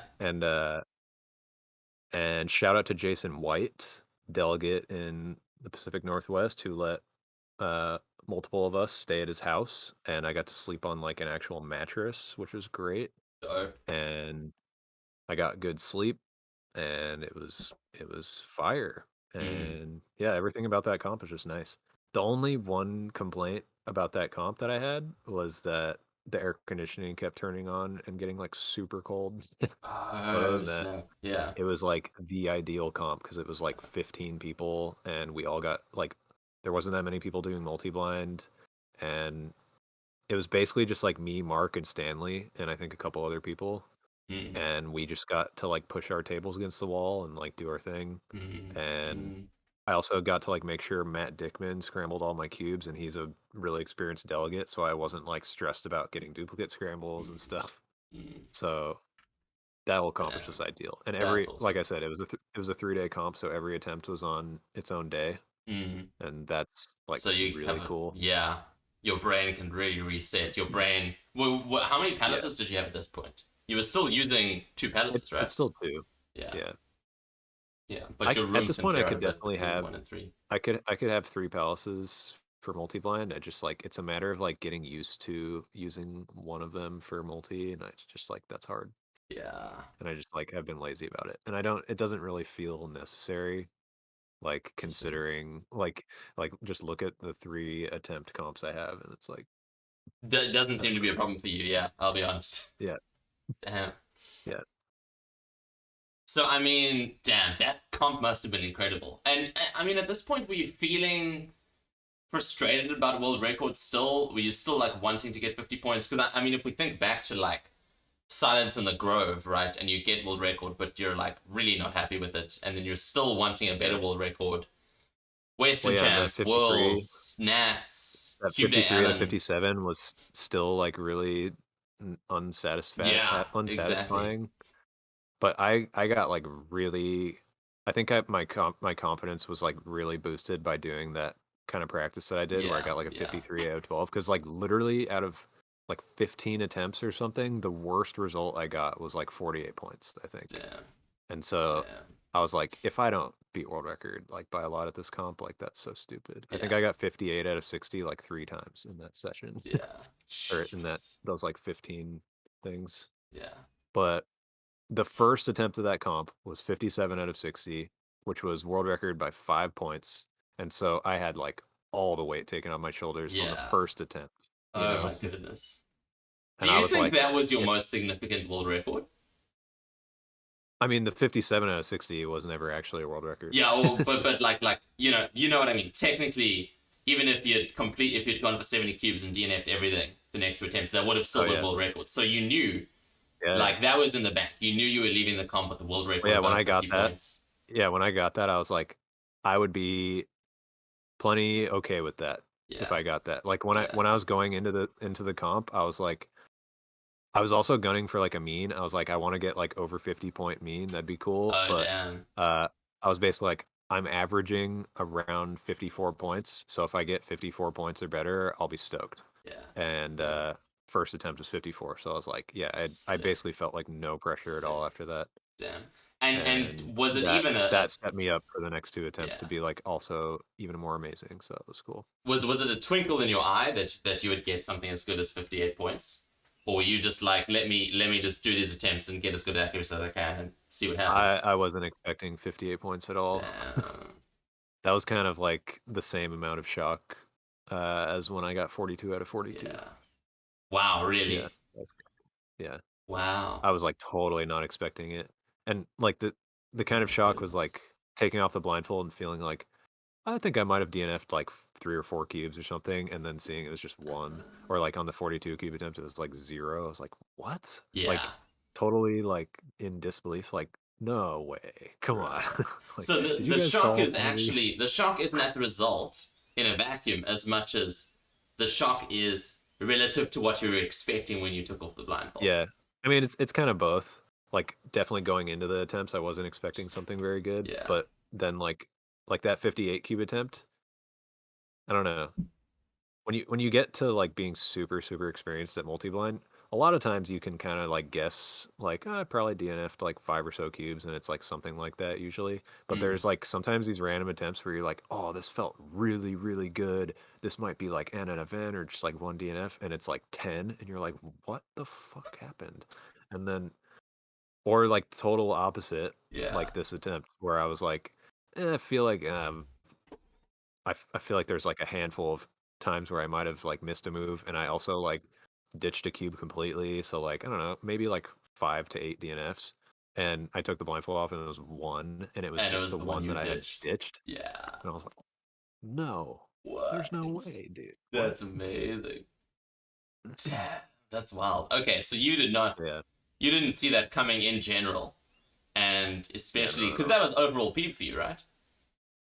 Your best was No, it was, 58 or uh, I think my PB at the time was 61 out of 64 in 57 oh, minutes, okay, okay, okay. I think, yeah. Right. Okay. So, yeah, I just missed it by, like, a couple minutes, basically. Damn. Okay. But, yeah, PB was it was 59 it was 58 points at the time, so I Yeah. tied it by points. Yeah. And then the mean was 56 points, which tied PB mean. So, Jesus. yeah. And that's still my PB mean, 56 points, I Sure. think. So, yeah. And like, I don't think I'm gonna ever beat that mean unless I get really? another comp with 3 attempts on 3 days and I, like, grind hardcore for it. Oh, you mean Probably your not. to use the semantics? You mean your PR mean your best mean in comp, not your best mean at Yeah, home necessarily. the unofficial world record. Right. Right. Right. Right. Yeah. Damn. And what was it like breaking record at the comp? Because like you say, it's quite small and there's a lot of like, top people there. Was it like pretty cool to actually just be able to pog out with like people who you know well, or was it pretty Yeah, chilled? yeah. Yeah, it was basically all people I know pretty well, and it was Mm. cool.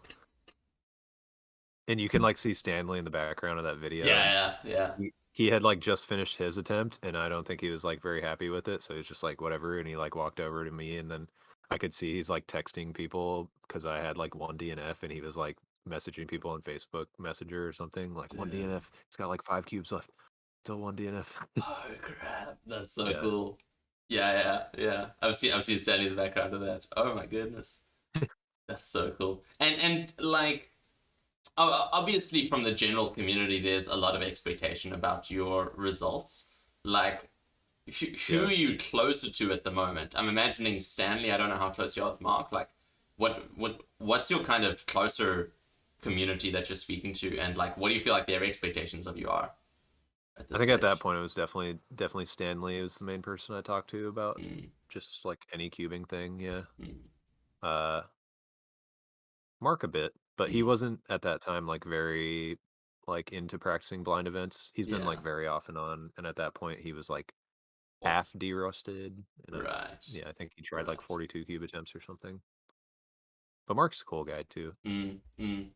Uh, I'm just not, like, super close with him. I mean, he lives in Minnesota. So does Stanley, but the difference between the difference with Stanley is, like, we've talked a ton about just, like, improvement and just, like, cubing stuff in general, but we've Yeah. also, like, shared hotels several times. Uh because he like flies around to comps like actually in California like several times Right. That's cool. or like kind of near California. Yeah. Yeah. So you guys have just had more like in-person interaction, it sounds like. And probably like Yeah. Mark's real period of grind and motivation, you guys were like was almost before you were really starting to get to his level. And since then it seems like he's been more like on and off. Yeah. So almost you guys like didn't sync up. Yeah, I think Sense. after he got world record where he beat Mascow, he he had a couple like little bouts of like being pretty motivated, but um yeah, it's been pretty like stagnant ever since Mm. he got that world record. I think maybe he just like a lot of his motivation got just like kind of fell off, and yeah, I mean it's understandable. It happens Yeah. to a lot of people. Yeah. Especially in multi, it seems like. Yeah. Sorry, dude, my jaw just dropped because Abby wrote in chat, I use a chessboard for 64 rooms. That I don't know how blows that would work. my mind. Right? I don't know. Does that. Sorry, Yeah. I'm totally derailing us, but that feels like it would all feel so similar to me. Yeah, yeah. I Damn. don't know how you would do that. Yeah, that's hardcore. Super familiar with chess. I suppose if the different. Abby, would you say, sorry, we're taking a I hard guess if left here. like if you I could maybe imagine if you play a lot of chess, like Mm. each square has a lot of like different kinds of feelings and That's associations with it exactly what because I'm thinking. Like e5 is a they very all different like square from like represent a1. Like yeah, yeah, they all yeah, represent like very different like opportunities and like plays that you can use them yeah. for, Different I pieces guess. that use So, them, different patterns. Like yeah. yeah, yeah. Different ways they're That's kind of significant for interesting, different isn't it? positions. Yeah, Never that's really considered interesting that. though. That's wild. Yeah. Damn, dude. Okay, so I mean that's basically how we're doing for time, and what's your energy like? Because that's basically the story of you getting kind of 40 cubes, no records, to like all the records basically. Mm. So there's a couple All yeah, directions. all Yeah, I can really like think of to continue on after that is basically like where I'm stuck at now. yeah, yeah, And like yeah. yeah, what I kind of think I need to do to improve a lot. Yeah. So partially what I'd be interested in is also like what were you doing to practice up to? Because we talked a lot about your practice leading up to your like blind weekend in general, but Mm. from 40 points to 60 more generally, like was the majority of your practice still just large attempts every day or two, or were you starting to get into like smaller attempts, and was there anything different that you were doing for practice, or has it just been pretty I think linear? I would probably I think I was doing mostly big attempts, but it would maybe be kind of like I would do a few weeks of like big attempts every day, maybe every other day, and then I would maybe take like a couple weeks of doing small attempts Right. or like a week or something And of just those like small grinding attempts, are for you certain. particularly trying to like lower your time per pack? Is like, are Yeah, you yeah. Well, okay? I would just like be going for like certain goals for certain numbers of cubes, basically. Right, right. Uh, so like there's there's times where I'll maybe take like a few weeks and just try to like beat all of my PBs for like n and of n from 2 cubes to 10 cubes or something, Right, right. and Interesting. just like aim for a certain kind of improvement. And So and that that's usually no. like Sorry, go for it. I feel like I usually see a huge amount improvement after doing that. I feel like Interesting. I vaguely remember doing something like that before I saw like massive memo speed improvement that basically allowed me to sub hour 60 cubes for the first time and then start to like improve really fast Damn. after that. Like I think I was doing like for like a month or so, like a bunch of small attempts and like really like just like I was never even like really focused on doing it just to like improve like big Mm, attempts. I was just like I want to beat all these like N out of N PBs, yeah, and so I was just like I just get like really really obsessed with like getting a certain time on certain number of yeah. cubes and and I would like do like 15 attempts in one day and like not get it and then like do it again the next day, and Yeah, that kind of practice Interesting. is pretty like I'm solely just like spamming solves, but it that kind of thing, like yeah, Yeah, yeah. it makes all of the things get better for big attempts. So you were like not necessarily going, and I think I'm repeating what you've just said, but just like for clarity, you weren't going, okay, I need to hit 60 cubes, and so I need this time for block per block, and so I need to, let me practice a small attempt and get that time per block. You were like Yeah, PB yeah. hunting basically, Yeah, pretty much. That's right? like kind of the general theme. Like I'm always just kind of like spamming Yeah, spamming solves and attempts for PBs. I feel like it That's is like just even just watching your streams the last like 6 months or so, it feels like it's like where's the next peeb, yeah. but Yeah, it it's like a little short. It's a little short-sighted, but it's also just like the way I stay like motivated the most, yeah, I guess. yeah. And there's a degree, there's a degree to which it's short-sighted, but there's also a degree to which it's phenomenally motivating, like you've said, and it forces you to like. I almost wonder if not having big attempts in your mind when you're doing these smaller attempts, like you're not thinking about will the memo I'm doing on this 4 cube attempt or this 8 cube attempt or 9 cube attempt, will it scale up to a large pack or whatever. You're really just pushing your memory as fast as it can go and like shaving off reviews and Yeah. visualization or whatever as much as possible, and then Yeah, and I that think probably it's just good because naturally like transfers. I think it's especially good too because like when I do 9 or 10 cubes, I'm like two passing Mm, a lot of cubes and trying to do it as fast as I possibly can and retain everything perfectly. mm, And mm, so and like in my big attempts, I do like yeah, two pass eight, and mm, like however well that goes, like the first two passes of each 8 pack of cubes are like so crucial. mm, I've realized like how smoothly those go will basically dictate how well the like entire attempt goes. mm. And what are The the first two eight. what are the drivers of how smoothly those passes go? Do you think? Like, is there a Just like reason a pass wouldn't go smoothly?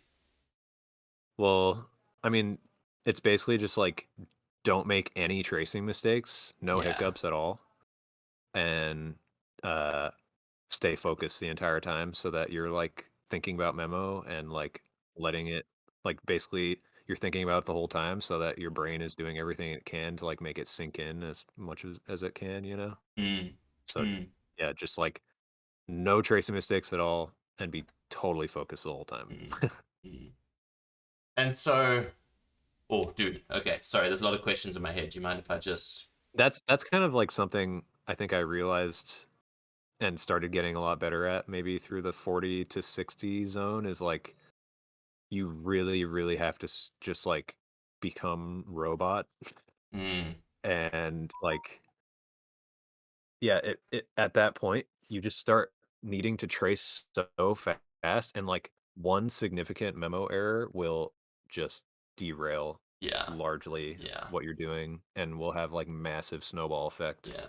Like the snowball effect gets worse and worse and worse with more cubes you're doing. Mm, So you just yeah, I feel like some of the stuff that I was doing, I guess it's kind of coming back to me. I was doing a lot of like trying to get like really big three blind averages.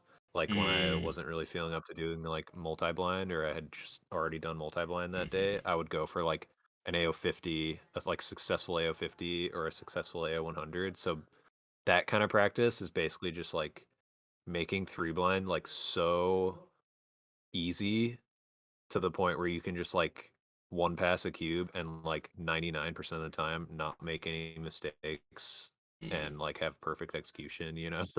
Like, I don't know. I feel like my like whole just like grinding crap loads of solves out method helps in ways people might not really realize for multi-blind. mm. Because I don't know what else you would really do besides grind out just a crap ton of solves in order to reach that like never making tracing mistakes during multi-blind Yeah. attempts, Yeah. like that kind of Yeah. thing. Because And again, just even like at my level, if I'm doing like I was doing a 4 cube attempt yesterday and I made a tracing error on cube one, had to trace edges yeah, like 3 times or something, and that's like game over. You've added, for yeah. me, it's like I've added a minute or two, and even for you, you've added, I don't Yeah. know, an extra If you 10 lose like seconds or like. if you lose 5 or 10 seconds to a tracing mistake on 1 cube, that'll, like, So it's that the that domino attempt's effect kind of not thing. like, yeah, it's not gonna be a good attempt after Yeah, that happens. yeah, I'm like, there's, like, very large chance this is not gonna PB. yeah, I mean, PB is already unlikely in every attempt, but yeah, it's very large chance this is not gonna be a good attempt just yeah. from, like, 1 significant tracing mistake, yeah. That's so brutal, dude. So I And it's for suppose, multiple reasons, like, yeah. the time loss is a huge thing just because it makes it that much more time in between when you're going to review stuff that you just memoed, but also, like, the stress because you know you're losing time and you know the snowball effect is gonna happen, and Mm, just, like, the frustration, like, all those things help the derail and the snowball effect just, like, mm. take even more hold, you know? Yeah, it's just a question I almost have coming off that is like, do you still or let me preface it with like my experience. I really enjoyed multi at the like I would say up to the 12 cube range because I was doing just natural improvement. I would just do like a multi attempt in the morning and it would be this cool, focused, almost meditative thing. And I was seeing very natural improvement. And I would just, when I was getting an attempt and I had 5 or 10 minutes to spare, I'd add another cube. And like, it was all pretty chilled and fun. And um, then I learned three style, and then I was like, okay, it's time to hit 20. And that's when I started deliberately pushing memo speed. And like, I would say that it's almost become less fun as a result, like, or it's like more stressful. Like, would you would you say that doing big attempts is like fun, or does that make sense? Um that's kind of relevant to a lot of the stuff I've talked about, I think, because like I told you, I got really addicted to trying those safety attempts, and Mm, that's basically just because, like, a majority of those attempts would not be bad, yeah, you know? yeah, And not bad attempts are fun yeah, because you just get to, like, fly through execution and not really stress about forgetting anything, yeah, and so, like, those attempts are really fun. mm, I've I oftentimes get bummed and discouraged by my not safe attempts mm, because mm, once you I feel like it's basically like once you're at this level,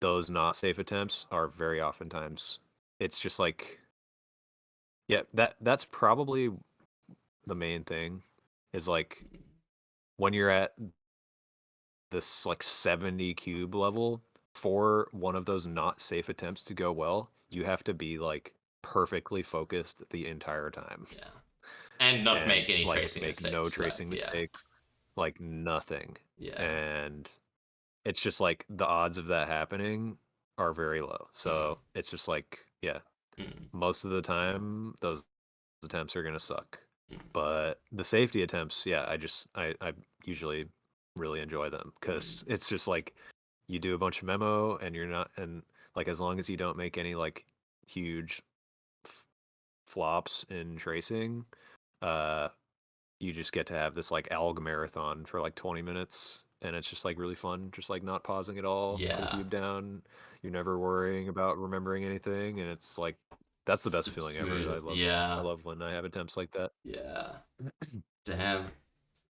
So and do So you maybe you think, should try yeah, more safety attempts maybe, dude, but if you're really like not enjoying a lot of these attempts, figure I, out some safety meta yeah, because it'd be good to figure out anyways for comps eventually, right? yeah, yeah. If you've learned anything from this talk, I feel like it's to figure out a safety meta. Figure out to I figure, feel yeah, like yeah, a lot of people should hugely. figure that out.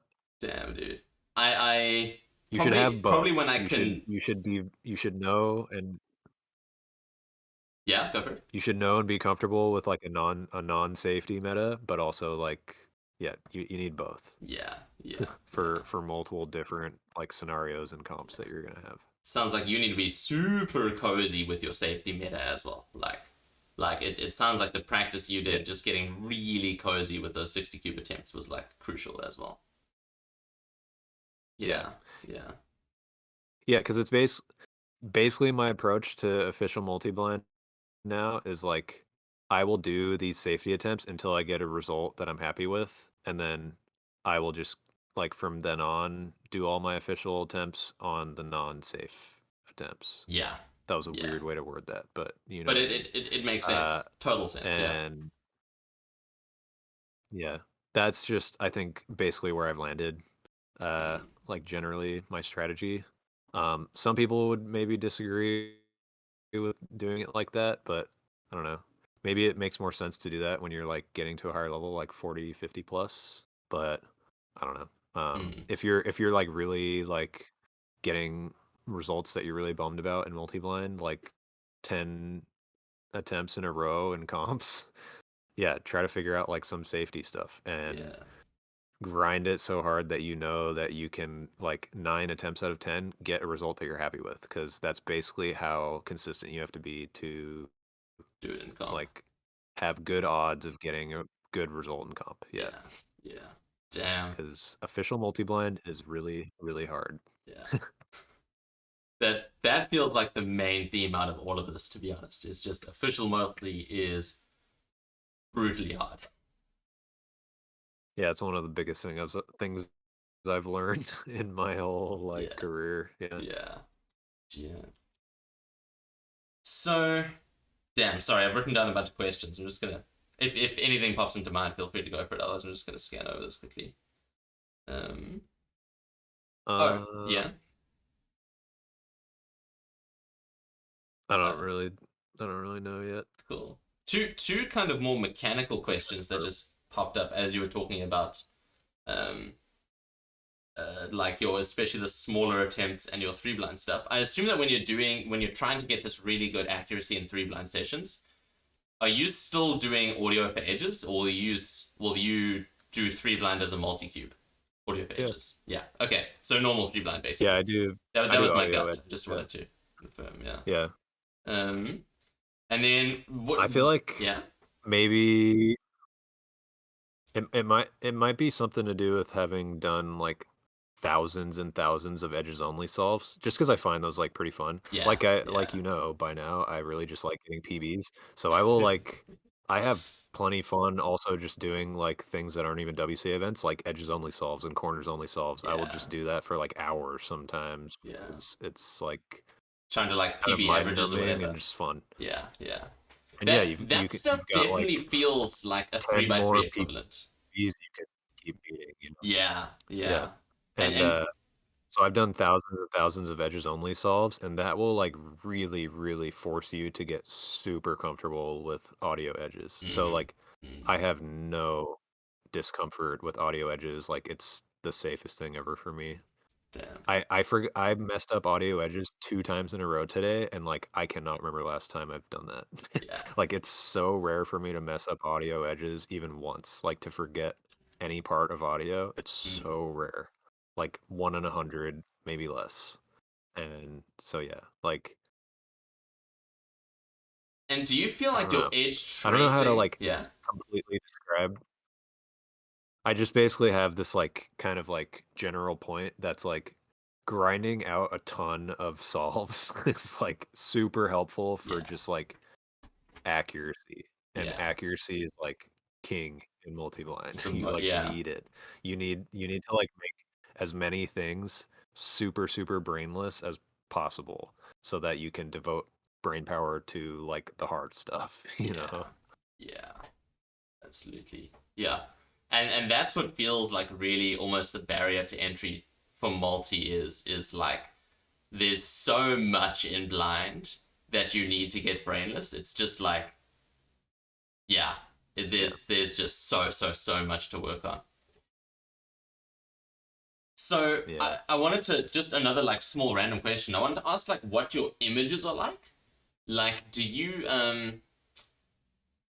feel like you sorry, this might take me a while to You mean describe. like sentence You Or mean like sentence structure in particular? more in the sense of do you are you memorizing a string of individual letter pair images that go together, or are you chunking images? And so let me clarify that question because like so if I am doing if I'm memorizing a cube, you know, obviously corners are like you know a chunk or The corners go together, and then edges one goes together, and edges two goes together. And so my question is Yeah. like, I have an overall. It's almost like I have an overall story, let's say, for corners one, or a concept or whatever. But then still within corners, each letter pair is its individual plot point or an individual image within that coherent whole.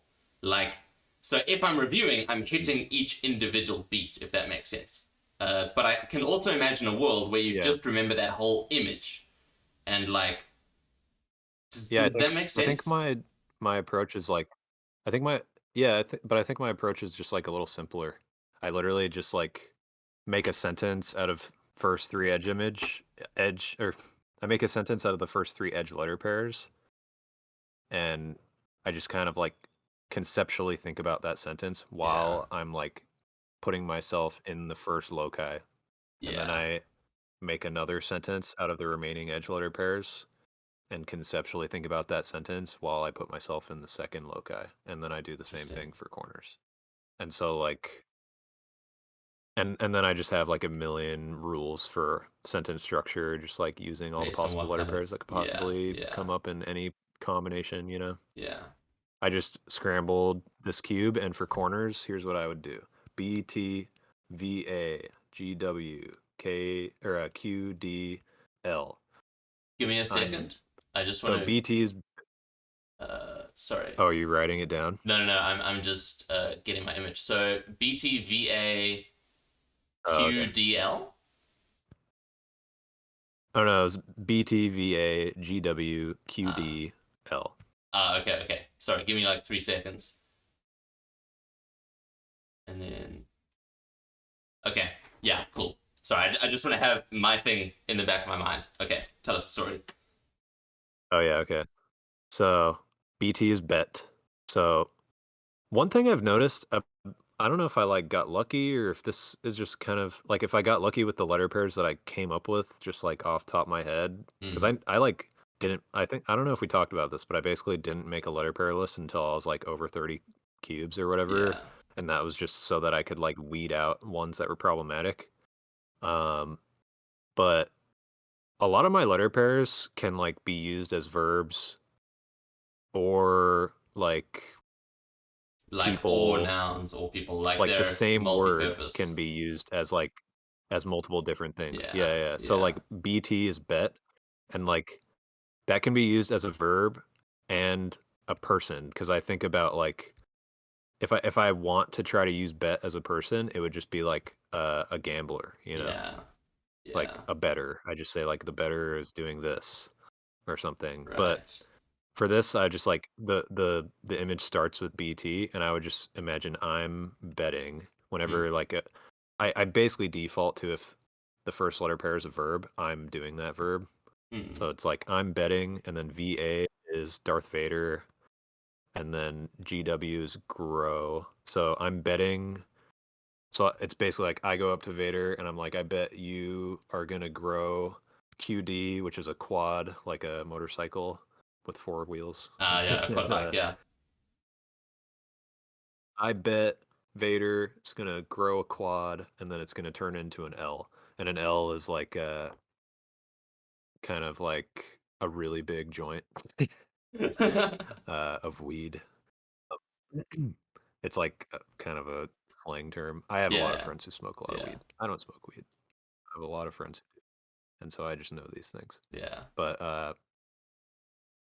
yeah, so that's how I'd make that sentence. Right. And it's like I feel like the structure of all that stuff, like I don't even picture any of that at all. I'm Mm, just like thinking about that sentence and what it means, right? Like mm, mm. I feel like people get confused by that, but uh I'm not sure like how else to describe it, you know? I think it makes Like sense. I think it makes sense, or at least like. So I are just you think talking about particularly what about the sentence visualization feels versus like, you know? conceptualization?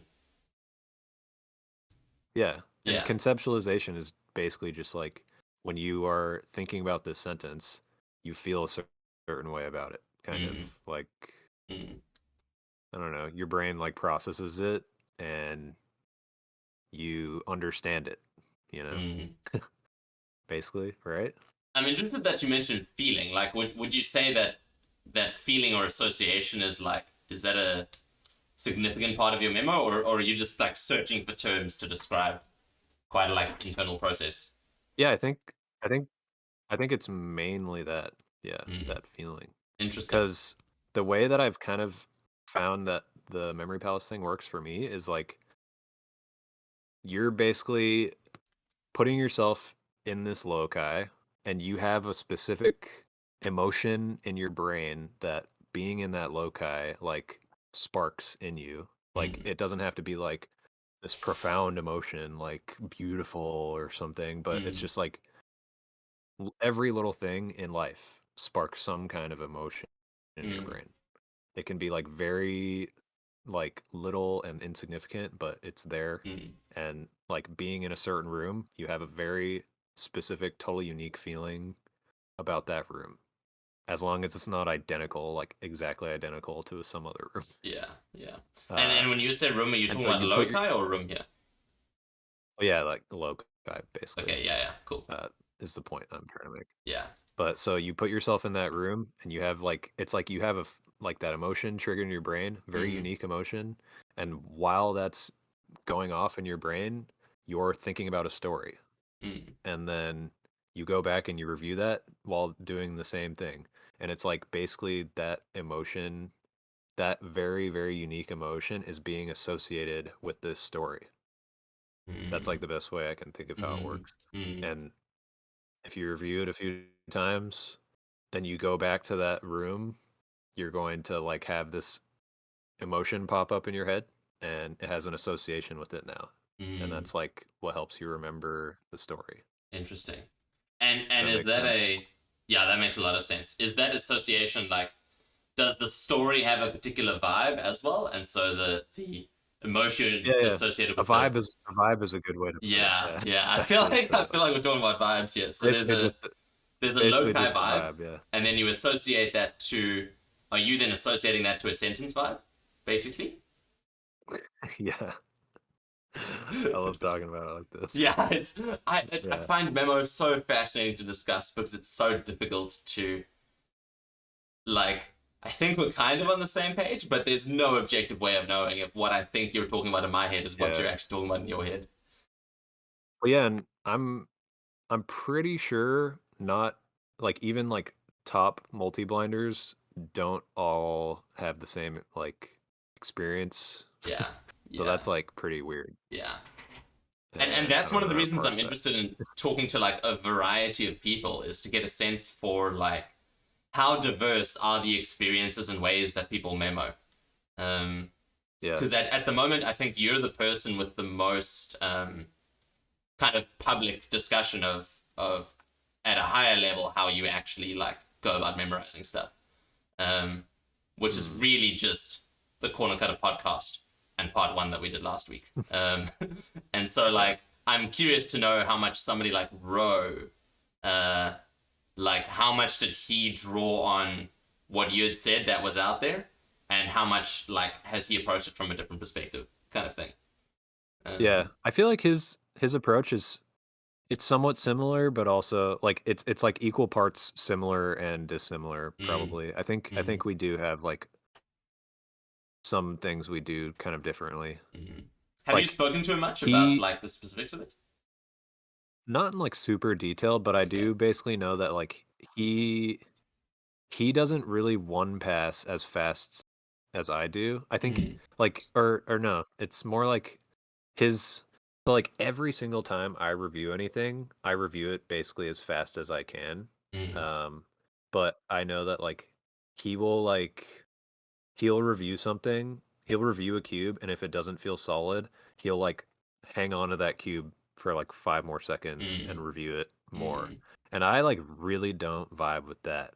Like Interesting. that I find that like doesn't work for me because if you review a cube and and you feel like it didn't stick very well before that review, so that review felt like weak. Just reviewing it again right after, like right then, immediately again, like you need like time in between Mm. reviews for that Space review to repetition kind work. of thing. Yeah. Yeah, there's like a real sweet spot in between like of how much time you should wait based on how much time you spent with it initially Mm, too. Uh, and yeah, like immediately after is not helpful. mm, So, but like it works for him apparently. mm. So I don't know. It's Like, interesting. yeah, Yeah. there's little things like that. Yeah. Yeah. And another thing, I wish I could talk to Yu Chang about his strategies because he reviews, I think like the bulk of his cubes, he three passes. Like for reference, when I'm doing like safety 64 sub hour, I'm five passing Yeah. 32. Yeah. He's three passing Yeah. 32 when he does like 54 or Damn. something. So like his tracings, like he averages like 30 on three blinds. So it's basically like the way I see it is like his tracing speed is like just like What? way slower. Like Wow. his just like his limit in tracing Yeah. is way slower than mine, Yeah. but he also just like can make two reviews like very effective, like as Mm, effective as he needs them to be. mm, And that is like I cannot for the life of me, I could not three pass 32 cubes mm, in a big attempt and like remember even half of it probably. mm. Like four passes already like kind of a struggle to not forget a bunch of stuff. Damn. Interesting. And so yeah, that like that kind of thing makes me like think like people should be able to eventually three pass stuff while going Mm, really fast. And that's like the kind of thing that like I feel like people should maybe eventually be able to three pass like 64 cubes solidly mm. and and then like two pass I don't know 30 or something. And that's like where we'll see like 100 cubes go. Yeah. Yeah. Damn.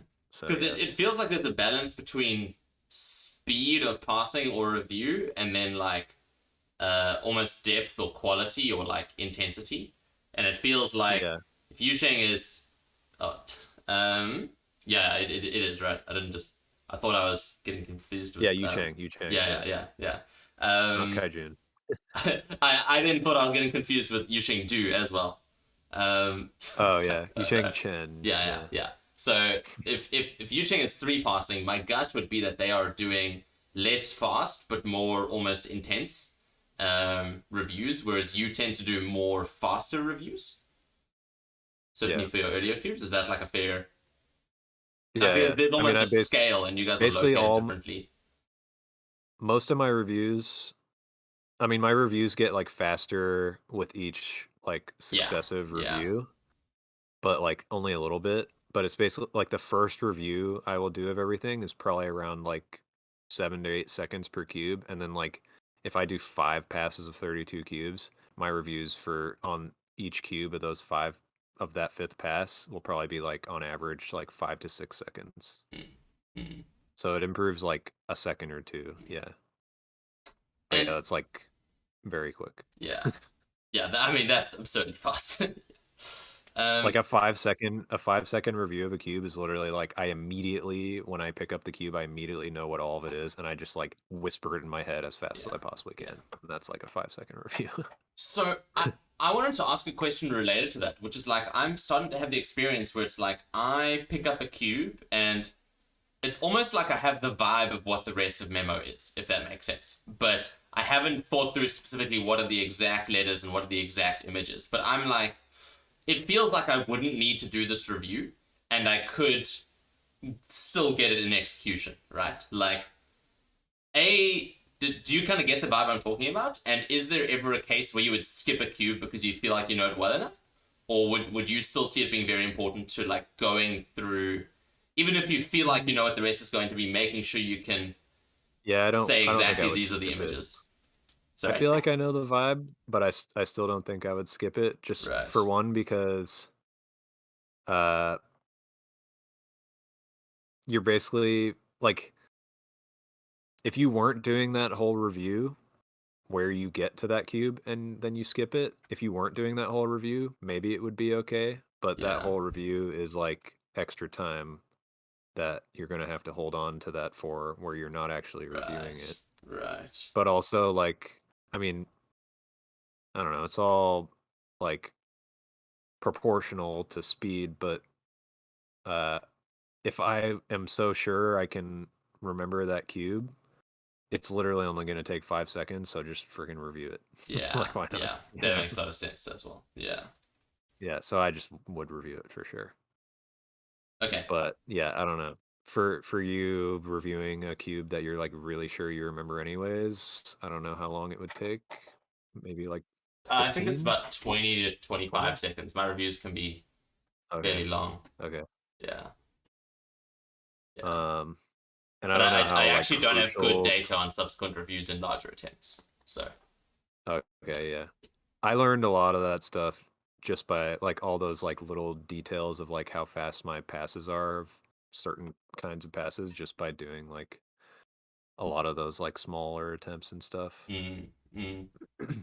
Yeah, I feel like I've got a good sense of like what my first pass, my second pass, and my first review look like. But like, it's like how long would a second or third review be in a 24 or 32 cube attempt? I have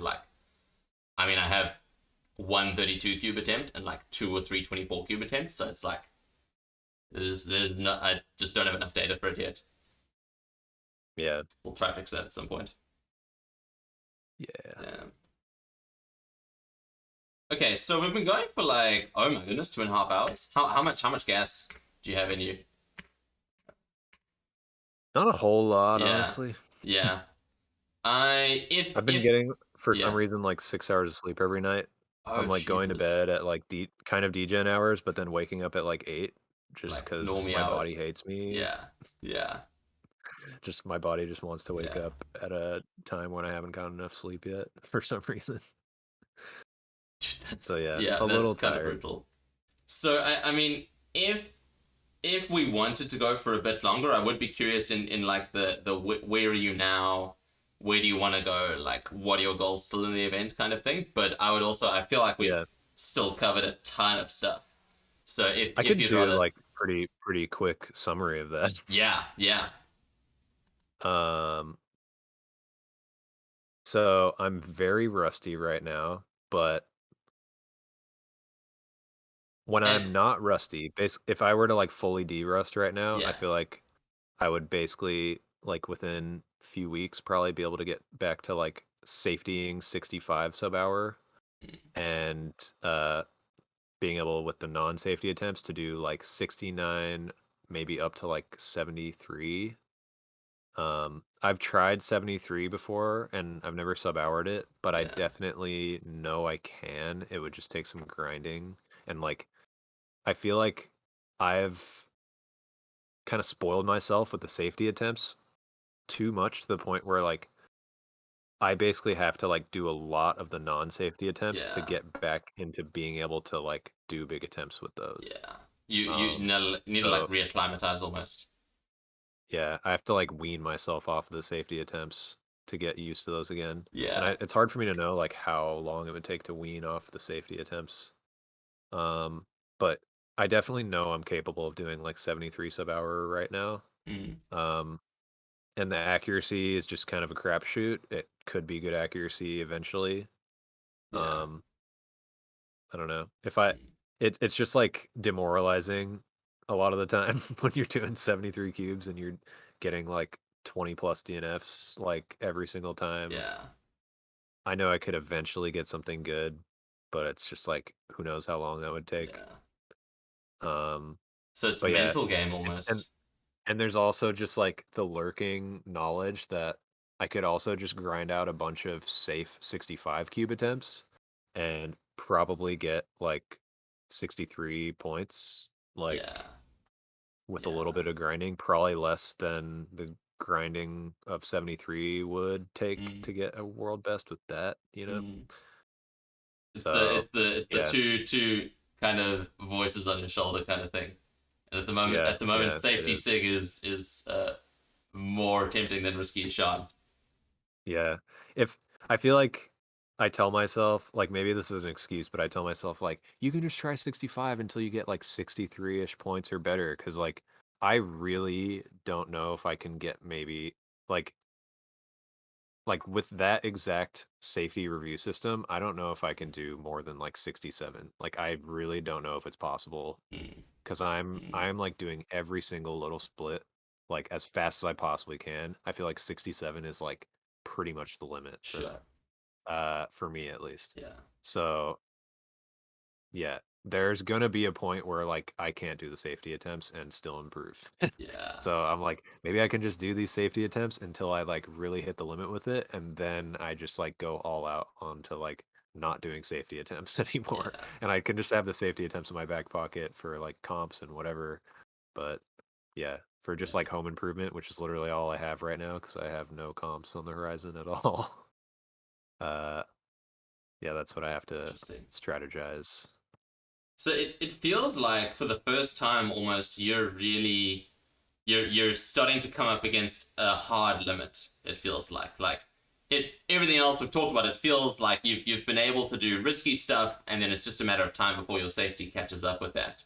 Do you feel like that's affecting your Um, motivation? I don't even know if it's a hard limit. I feel um like I could get to like 73, 74, 75 with like the riskier review system, like 4 past 32, 3 past the rest. Oh I yeah, think yeah, I can get up like if I was like full-time multi-blinding and it was like all I was doing, I could definitely get to like 81, maybe mid 80s, but it would require me like actually starting to do I think like 16 pack reviews and then like the bulk would be like 48 yeah. and then I would I think need to like 3 pass 48 Damn. and I don't know if I would need 3 past 48. Probably. I would have to like I would basically have to like grind really, really hard until I'm like super comfortable with 16 packs, and then it would basically be like, yeah, 1 through Mm, 16, 1 through 16, 1 through 16, review 48, and then that's like 3 pass the bulk. And mm, then the rest would be like 2 pass, maybe 3 pass, I don't know. mm. But to get to Something. that point, you have to be doing riskier stuff. Like the hard limit feels like in terms Yeah. of your current kind of Well, safety meta. I would have to like really like I know I could do it, but I would have to like really grind and persevere to get like super good at one passing Yeah. or at two passing 16 and make that like really comfortable. Damn. Really comfortable with like the speed necessary, you know. Yeah. Yeah. Exactly. Sure. So I mean, Yeah. Like damn. I don't want to say I'm at a hard limit. I really don't think I am. It's just kind of like maybe I'm at a limit with like my own patience with the Right. event because Right. yeah, it's hard. Yeah. It's really hard. Or And yeah, sorry, hard limit may trying to have been do the wrong stuff. terminology, but like the point at which natural improvement will no longer occur, particularly with your safety meta. Like, Yeah, yeah. I yeah, definitely think there's a hard limit, at least with the safety review system, like that specific safety review system. yeah, That has a hard limit yeah, yeah, because you are not gonna like I am averaging like 8 to 9 seconds on the first pass of each cube, and like I'm not gonna get much faster than that. Like not more than a that's second. like basically three blind speed, right? Yeah, like And like, my first pass for each cube is like very close to my three blind first yeah, pass, yeah, and I've like the plateau on three blind tracing speed for me has been like it's like a flat line for like yeah, 2 years. yeah. um, And there's not a and whole lot of time save there, really. I mean, the top people are yeah, doing it in like 6 to 7 seconds, I think, for in three three blind blind tracing. tracing, Yeah. yeah, I think I don't know if anybody globally averages sub 7 seconds for memo. Wow. Okay. Yeah. Like So seven, yeah, like low seven, just like seven flat is probably like the best anybody has right now. yeah. Yeah. Damn. So I mean, to a degree, there's a plateau, but like getting even slightly beyond that plateau really starts to bring you into not just world class multi blind, but world class three blind speeds kind of thing. Like, Yeah, yeah, yeah, yeah, like to be able to that's like one thing that I have that's unique, I think, is like I can do these really, really safe attempts just because I actually have like out of top multi-blinders, I'm like the best at three blind basically. Unless you yeah, consider Stanley like in the top multi-blinder, which is kind of like gray area. Like I think his PB is like 47 points or something. yeah. So He feels like an A borderline. or B tier. Like if we think about it in terms of a tier system, like Yeah, yeah, sure. But yeah, Um, and like Ro and I are basically the only S tiers. yeah, yeah. And And then his you've got his speed is like I think he's like 25 global or mm, something, and his mm, memo is like 10. So mm, yeah, like when you're doing specifically these like really safe attempts where you're five passing 32, four passing 16, three passing the rest, and trying to get it all sub hour, like with 65 cubes.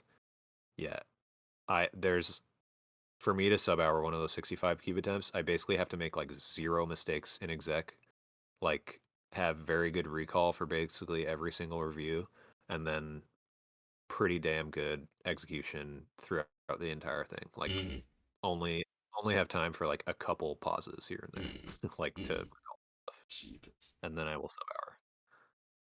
So yeah, So there's a hard limit. do you feel like you But have goals in the event at the moment? Um, I like mean, yeah, I think I can beat world record again. yeah, Um, yeah. Probably which is take it kind above of 60 unlikely. points. It would be hard, yeah. Yeah.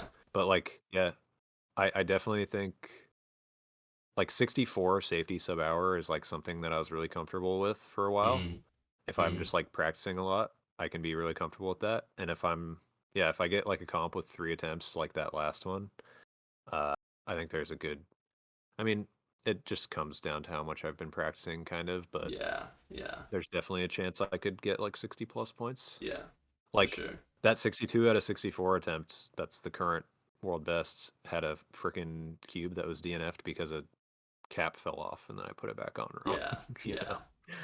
friggin' should just be 62 points at Yeah, this point, but yeah. whatever. Uh, Yeah, there've been some brutal. I mean, there was the one as well where you dropped a cube, right, and then it went out of orientation and not the next one out of orientation or something. Like, oh yeah, I had a 62 out of 60, or I had a 60 out of 64 that would have been 62 out of 64. yes, That was a right, that was long the time 60 ago. pointer. Yeah, yeah, But yeah, yeah. that was because a cube slipped out of my hands and I did a slice to it, but then it also knocked a cube when it fell on the Right. table. Yeah, that's just Yeah, brutal. Yeah, multi-line be like this. yeah. Do be like that sometimes. Damn. And Yeah, and so but I yeah, I mean, feel like yeah. I basically the goal I guess would be like if I got back into practicing a lot unofficially, I would go for like something good with a safety attempt. So basically like 63 points or 65 points on a 65 safety attempt. Mm, And then I would grind for like 69 to 73 cube attempts and try to get something like close to 70 points ish. mm. And officially, I guess just like anything that's world record, 60 plus points definitely would be cool. And do you feel like your motivation would kick back up if a comp was announced, kind of thing? Like, and you had a Probably, yeah. chance to start pushing for world record again? Yeah. Yeah, Yeah. I think that would yeah, help a lot. yeah. Which does seem likely. I mean, comps are starting to happen in the US again, so True. hopefully Yeah. that does happen. Yeah, Hopefully something on the West Coast happens soon. the dream, Because the currently dream. there are none. I'm actually surprised there's nothing on the West Coast. That I not knowing much I about the know. states, that feels weird to me. Well, it is weird because yeah, the West Coast has like definitely the most comps like Yeah, out of the entire US. yeah. And like California, Uh, particularly, you guys don't usually struggle for comps. I feel like. yeah, Yeah, California in particular, I think is like the most comps per state, like yeah. by far, like Damn. every year basically. Hopefully soon So yeah, then. I'm kind of surprised, but Yeah, I think there's stuff in the works. I get the feeling there's stuff in the works. So I don't know. We'll see. hope so. But then the question is, does it have multi? But I suppose as soon as a comp is announced, then the floodgates open for eventually a comp in the future will happen with multi. Yeah, Yeah, yeah, hopefully. Maybe I need to help somebody organize something. yeah, Maybe it'll get the ball rolling better. yeah. Dude, thank you so much. This has been yeah, Yeah, I man. friggin' love these conversations. Um, You do. I know it's super super super late for you, so I feel like we release you to Not go live your that life. late, Okay, but or rather, I you're am on just tire kind of. tech. It's more like just like looking at the computer for too long, I think. Yeah, yeah, makes a lot of sense. Damn. Yeah. But yeah, dude, I so appreciate it. It's yeah, I feel like especially with multi, it's so cool to there's so little out there, and so it's so cool to be able to get to like pick your brain on this stuff. And Yeah, it's a little get the history niche. lesson. Yeah, a little bit. Maybe one day, maybe one day it won't be so niche. Yeah. But yeah, I feel like multi is just suffering. Like it's just a hard event to improve at. So it's Yeah, yeah. Can I ask one last question sure. that's actually been bouncing around in my head? So I mean we there was and kind of to a degree still is, and we talked about it last time, this period of just Sig dominance. Like and there were always kind of people who you were competitive with. Like why do you feel like you got so much better than everyone else? Uh, I was the only person like practicing a lot, like, and never taking any really big breaks, Yeah. basically. Yeah. But also, I mean, I think I would boil it down to just like frequency of practice, pretty Mm. much. Mm. Which But and also kind of like figuring out a practice meta that works pretty well. mm, Because out of base, like at least when I was like really dominating, I was the only person who was like really into the multi-blind who was also like grinding the shit out of three blind too. And I feel like a lot of people like right. don't really a lot of people like undervalue three The blind three for blind and improving at practicing multi. multi. Right. Yeah. Yeah. I was wondering what you'd say, because that would have probably been my gut, is that like you feel like the only person who's really consistently grinded the event for years. And like that in itself feels like an achievement with multi, because the event is so hard to practice actually. Yeah. The Yeah. small cube, like little 5 cube attempts or whatever, I feel like I almost well, Masco popularized them because Mm. he uploaded a ton of videos doing that, and that kind of motivated me to do it because I just like wanted to beat all of his little His world bests PBs, that he yeah. got. Yeah. But then I got like really addicted to doing it, and I did them a ton, and I Mm. definitely for a really long time like did small multis like way more than any other multi blinder like by far. And I think Interesting. those like had a lot to do with my improvement Mm. because it just made me like get super fast at tracing and reviewing everything. Mm. Um, and just it helps you work on think ahead too. But yeah, things like that. Yeah. And just like yeah, pretty much every like really good multi-blinder over the years that I can think of, like they would have like massive gaps in between practice. Like Mm. Camille would quit for like months at a time. Mark would quit for months at a time. Mm.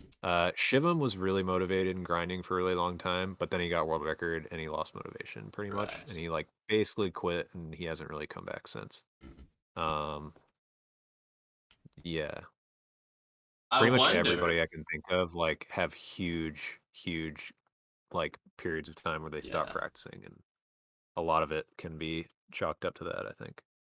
Yeah, I was going to say something that Rich that I probably don't agree with, which is I wonder how much of your comp, um, like how much of your lack of comp results forcing you to keep going and like getting frustrated because you don't get the results you want forced you to develop a long-term practice meta to a degree. But I also feel like people have fallen off just because they keep getting bad comp results. So I don't actually know if that's really. Mm, yeah, I don't know, Yeah, maybe a little bit. I don't know if I That really guy's just back that. Yeah. yeah, I don't know. One thing I do wonder about is like Yu Chang specifically. It kind of boggles my mind that he was doing like he had sub-houred 61. I think he did like 55 out of 61 or something like that Yeah. sub-hour Mm, like before Worlds, and he was globally like 30 in three blind, and that's like crazy to me. yeah, Like that's I wild. just I just think about like what if that guy like he uses really horrible buffers for blind, and I was like, what if he just like got really good buffers and actually like got down to like sub 20 global and three blind? Like I wonder Yeah, what that would do to his multi blind. yeah, Like I feel like he could actually like destroy. And yeah. so that's like partially why I say like a lot of these multi blinders just like doing a lot of multi blind and no three blind Mm, is part of their problem. mm. But Damn. yeah, that's always been kind of interesting to me. I've always like wondered about Yu Chang and wish I could like talk to him more about stuff. Yeah, yeah. That That's does kind of seem a like shame. a really sad thing that the language barrier is so huge. Yeah. Okay, actual last question. What would you change about the last 5 years of practice if you could change one thing that you did? Like, if there is even anything. Like, is Um, there something you regret doing or not changing or a particular type of practice or whatever? Or I mean, actually, like all things considered, I'm pretty happy with how I did it. Uh, I don't know. I guess I would have like maybe.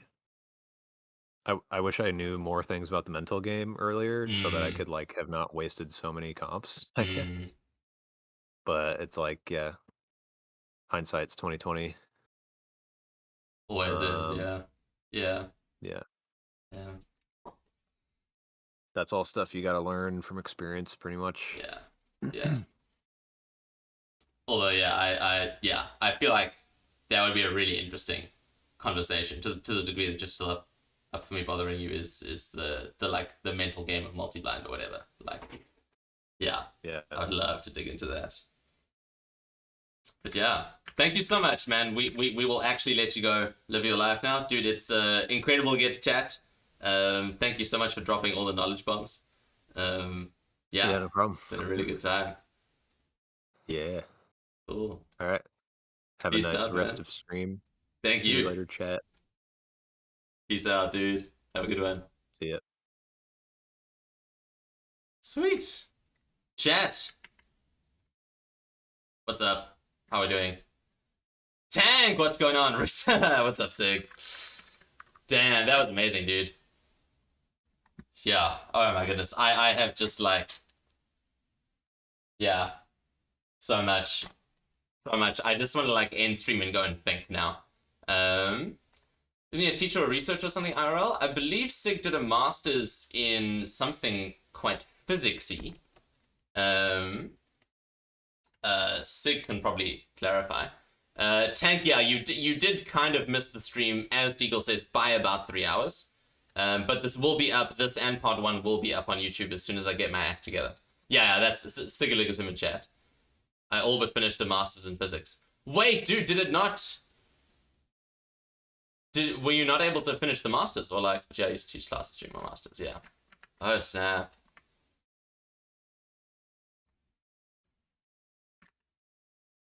Okay. How are we doing for time, friendos?